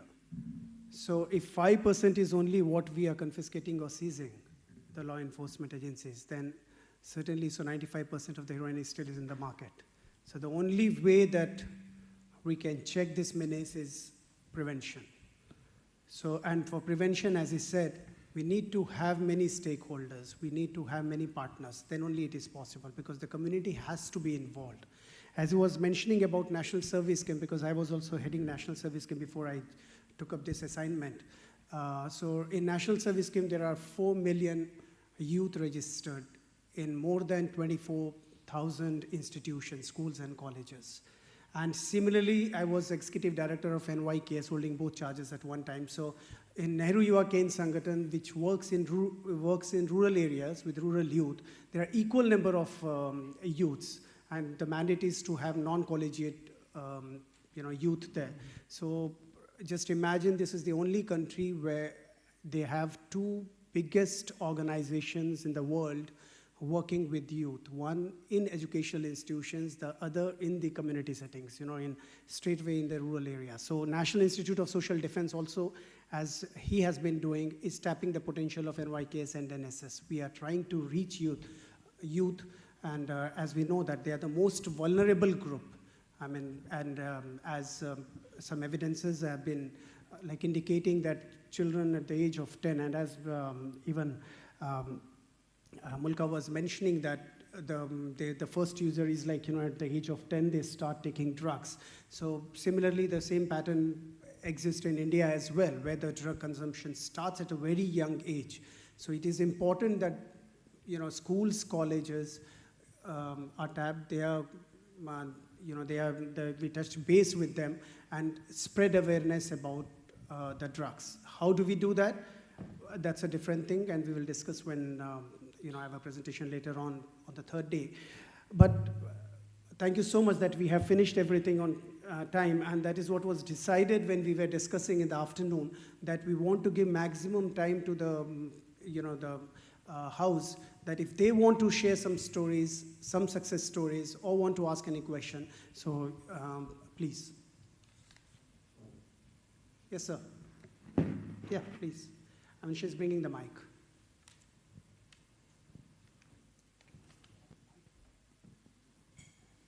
Thank you. I'm Hilman Musyadik Saidi from Granat, Indonesia.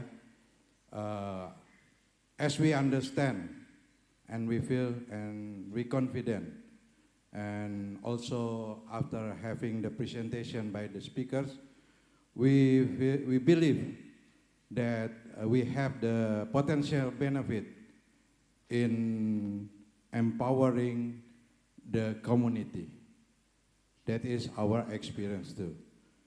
My question is, if the community, some community happen in one area, such as one neighborhood or one district, ideally those different communities we can ask to work together to fight against drug in the designated area. Are you, the speaker, have the experience in combining or asking different communities working together in one coalition to fight against drug? If yes, what is the challenges? What are the challenges that we face to make it successful? Thank you very much. Thank you.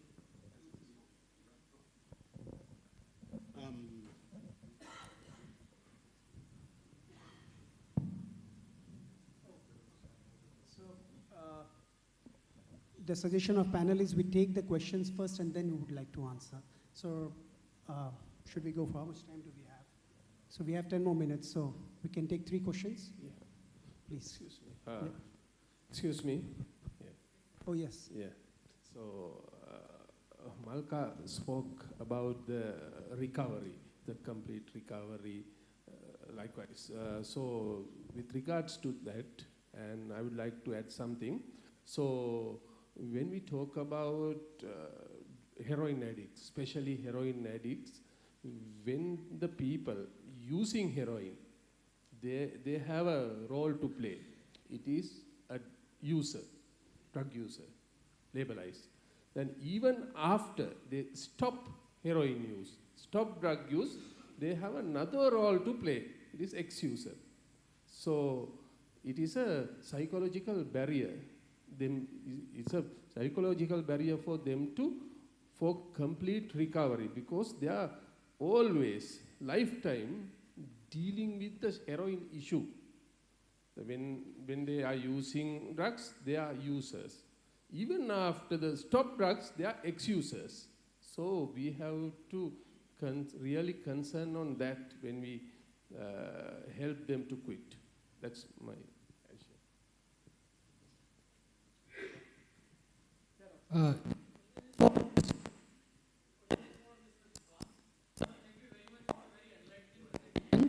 What I would like to know is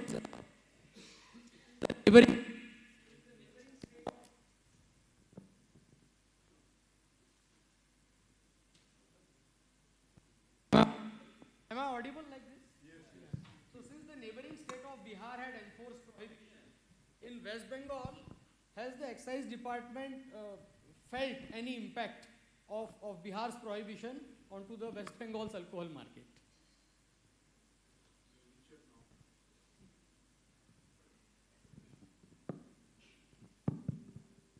So this is to Subrata Vishwa sir. I am Dr. Anil Kumar, Professor of Psychiatry in Trivandrum Medical College, Kerala. I am also in charge of the NSS unit. So in our unit, we are planning to introduce this de-addiction and campaign in our campus and in other medical colleges. So 6 of our students are attending last day. So what is your suggestion regarding the maintaining the enthusiasm in the students and teachers, involving other teachers in the campaign, continuing this moment?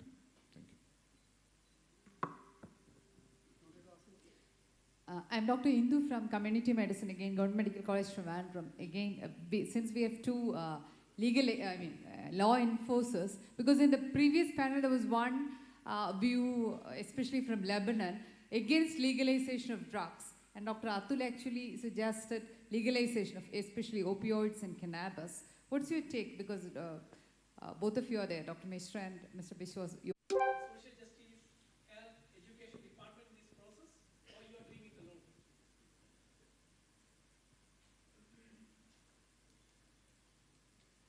Well, so we have 6 questions. So first, coming from if I understand you correctly, so you said that if one community is already affected with drugs, so how can a different community come and intervene and help in just eradicating the drugs out? So how can they be interlinked? Something like that? Yeah.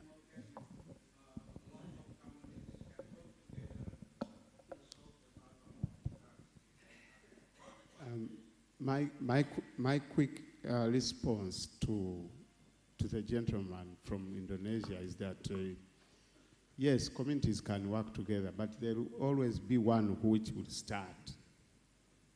There will always be one which will move very fast, one which will start, and the rest of communities can join. That takes some time because adopting new methods, new ways of dealing with problems is not the same, given the different localities, the different environmental factors, and the social issues and the communities and what they are doing. So there's always opportunity for others to work if there is one community is doing well and there is change. But you also wanted to know what are some of the challenges. One of the challenges will be that if you are looking at drugs, you are looking at alcohol, and trying to find out the causes. The causes are very complex.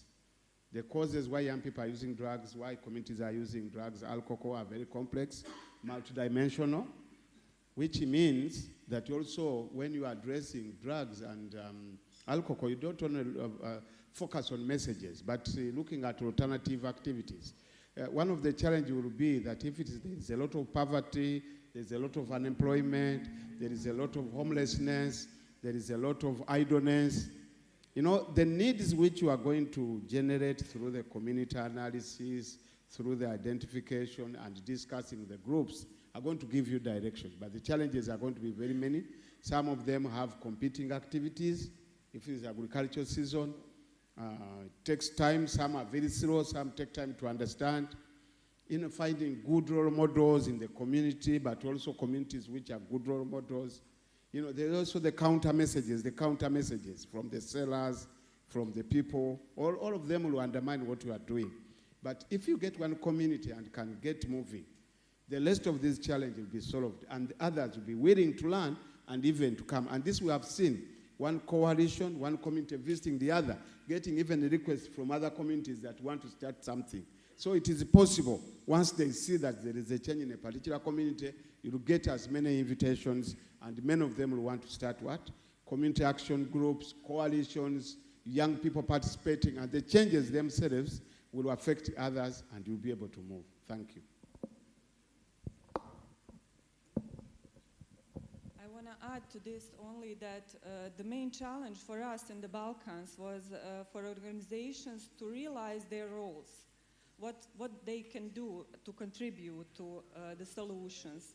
So we organize in-person meetings with lots of organizations and also multi-sector meetings. So everybody gets the chance to speak about the problems and the solutions, and we sit down on the same table and try to work together. And I think also that our conferences, and the similar one will be in November, is the main way to help people understand the addiction problem and understand challenges, and also see the best practices that are already there, because lots of organizations do wonderful things, but they don't promote it, it's not visible. So I think that promoting our work and doing conferences and inviting people to see our successes is like the best way forward.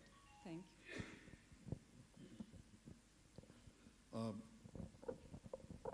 So far as the first question is concerned from Dr. Atul Ambedkar, it's an interesting question. It's not difficult to answer, but as we say in a non-prohibition state, revenue from tobacco and alcohol is popularly known as sin money. So I would say that yes, on account of prohibition in Bihar, the share of sin money in West Bengal has gone up. Maybe it's not that good for the overall public health, but so far as the exchequer is concerned, everyone is happy. So that's point number one. Point number two is, the question number two is from Dr. Johnson and the other gentleman who is with NSS, I believe, who introduced himself. So regarding, you asked about whether it's a multilateral approach involving other government departments, and he's asked how it would be feasible to continue with, if I correctly understand him, how to go ahead with monitoring and evaluation later on. So this is the second stage of our initiative, and it is with this objective in view, to be very precise, that we are thinking in terms of expanding our partnership with larger stakeholders. It's not possible for one entity to do full justice to the, 360-degree evaluation cannot be possible by one entity. It's with that end in view that we are thinking in terms of larger partnerships. Same for monitoring and evaluation as well, because someone to keep track of the students who have passed out of universities, how they have engaged the people or his peers, his fellow members in his own neighborhood, in his own village, how to keep track of them, that may not be feasible for a university NSS coordinator to do. He has a lot of other works to do. Similarly, it may not be possible either for that student. He will be afterwards more worried about his own career. He will probably leave the village and the district and be settled elsewhere.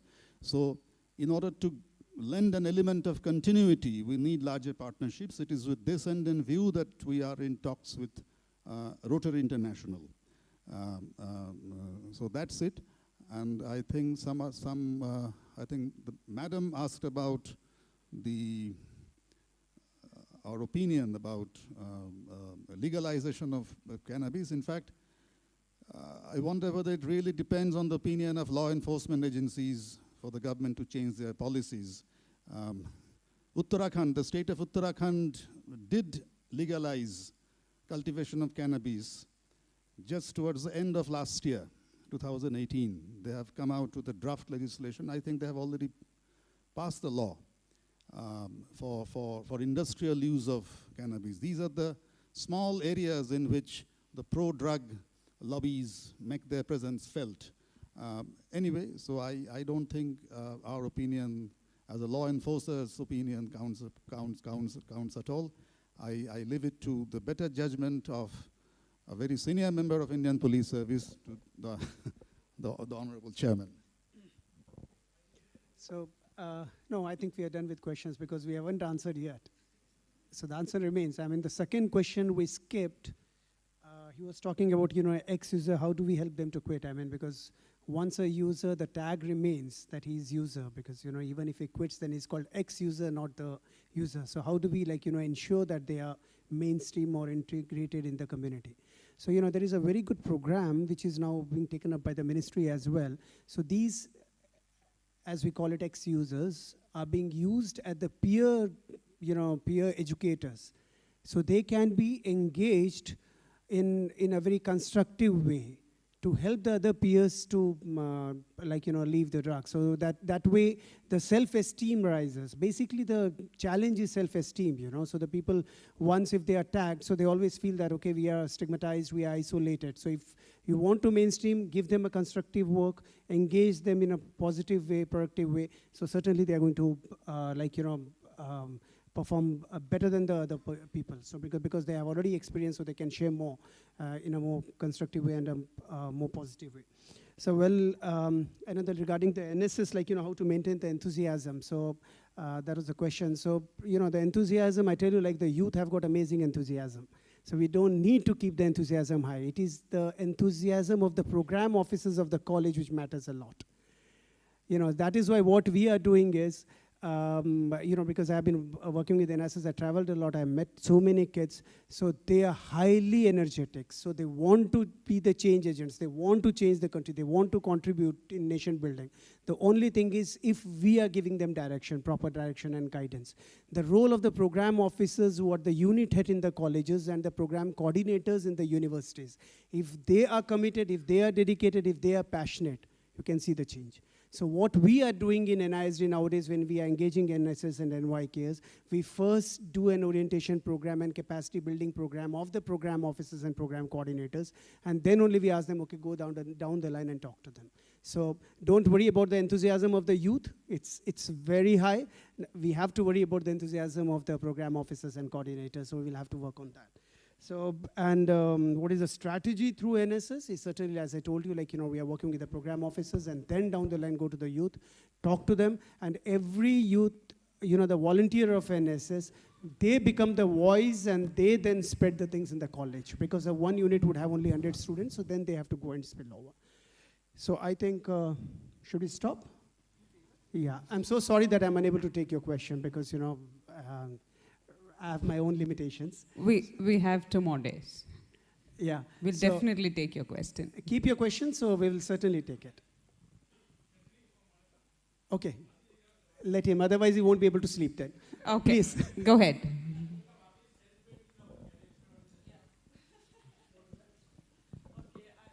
I'll just add that September is Recovery Month. So around the world now you have recovery walks, and recovery celebrations. So the only way to make visible, recovery make visible, is to celebrate it. And you know how children with Down syndrome were stigmatized and marginalized, and even parents were like ashamed of the child. But now you have the day of Down syndrome, and everybody takes a photo of different socks. So that is the only, we need to celebrate it, we need to make it visible, and we need to promote hope and connectedness of people. And if we do that, then addiction will not be something that we want to keep under the rug. It's there, and recovery is there. So we need to join together and promote our successes. Thank you.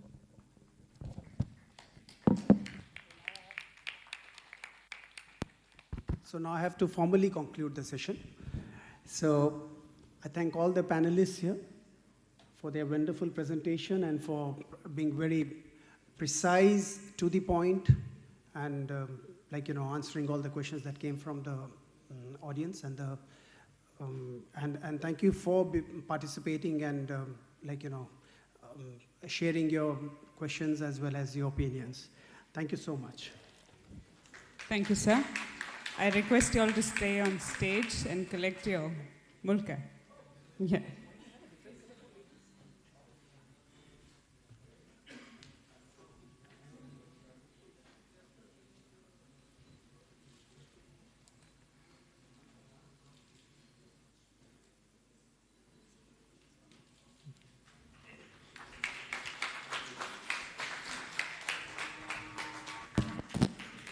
Thank you, sir, for moderating such a wonderful panel, keeping time and getting all the questions answered. That was a fruitful day, pretty fruitful day. And it was a challenging task for me to keep y'all in the hall. Give me 5 more minutes and y'all can leave for tea. 5 minutes is just a little bit of general instructions, so the next 2 days is more peaceful. One is everybody's requesting for the presentations. All these presentations will be made available online. Tomorrow morning you will have a link put up and also sent to you by email. So all the presentations that you would like to access will be available in one space. 2, the press is around here. It is part of our commitment to the larger audience outside this hall who are committed to the prevention activity. There are hordes of youngsters, a lot of professors in colleges, not only in Kerala, from across India, at least for our knowledge. I'm sure across the globe and the countries that you come from, wanting to follow our discussion.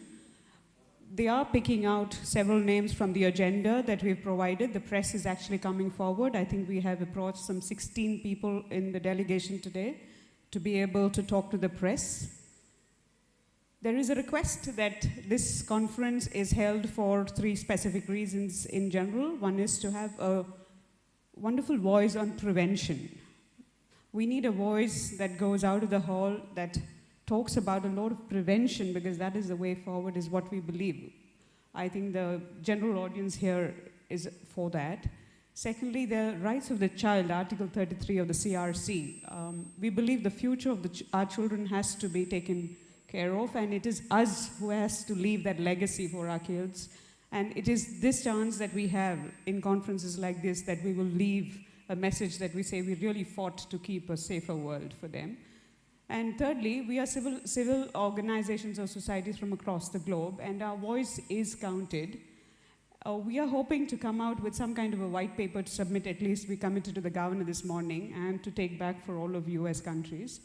So I hope the next 2 days we will use to work around creating something that we will definitely take back as countries who will work together to promote prevention activities in our spaces. So the press is around here, and I hope we will all stick to these agendas and our broad reason for coming together.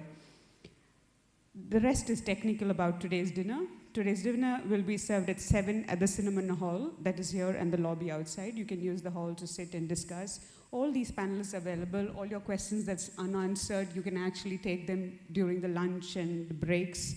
Your delegates are staying in-house. Please talk to them and use the time after the conference as well. Breakfast tomorrow is at 7 in the eatery on top, like today. So everybody who is staying in the hotel tonight will have your breakfast served at 7 to 8:45.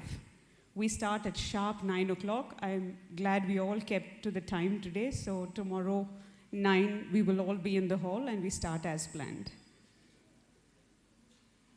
Tomorrow is day 2. Particularly, it's a full day of panels and plenaries. It is going to be tough for us to sit in a space, but we'll do something in between to keep you alive and active. But I want you to be prepared for day 2, which is slightly heavy in terms of the discussions and the debates and all that's happening here. But towards the evening, at 7 o'clock, we have something called the mingle dinner. Basically, it's for my team at Venda, the Project Venda team, to mingle with you all. It's one opportunity that the team gets here. My team comprises of people who are PhDs coming out of Ivy Leagues, MSWs, MBAs, who've kept aside a full-fledged career to join this little war, as we call, but it's not a war, this whole Project Venda.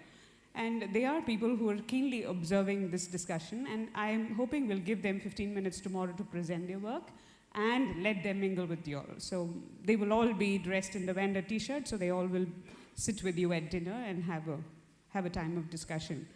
So that is something that we'll try. We'll have a little dance in the evening to finish it off with. So you'll dance with my team. So we'll keep the day 2, 7 o'clock. Please be here on time to meet the team. And like Roger said, world over youngsters are preparing for taking this up as a cause, like the climate change, and we need to facilitate that. Tomorrow's dinner is at 7 p.m. It's the same routine with the halls that you follow. And day 3, there's a workshop. Again, we're joined by over 100 students from across the district of Kerala. They're traveling like a day to be here with y'all.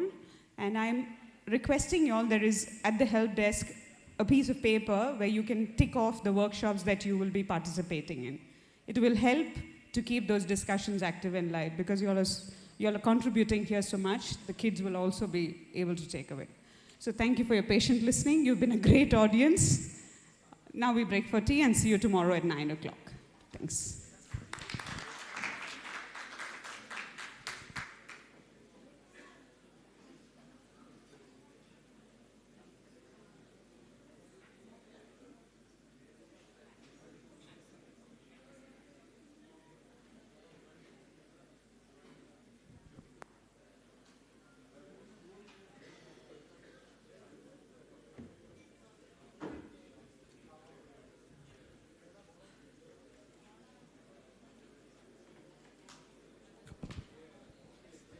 Check.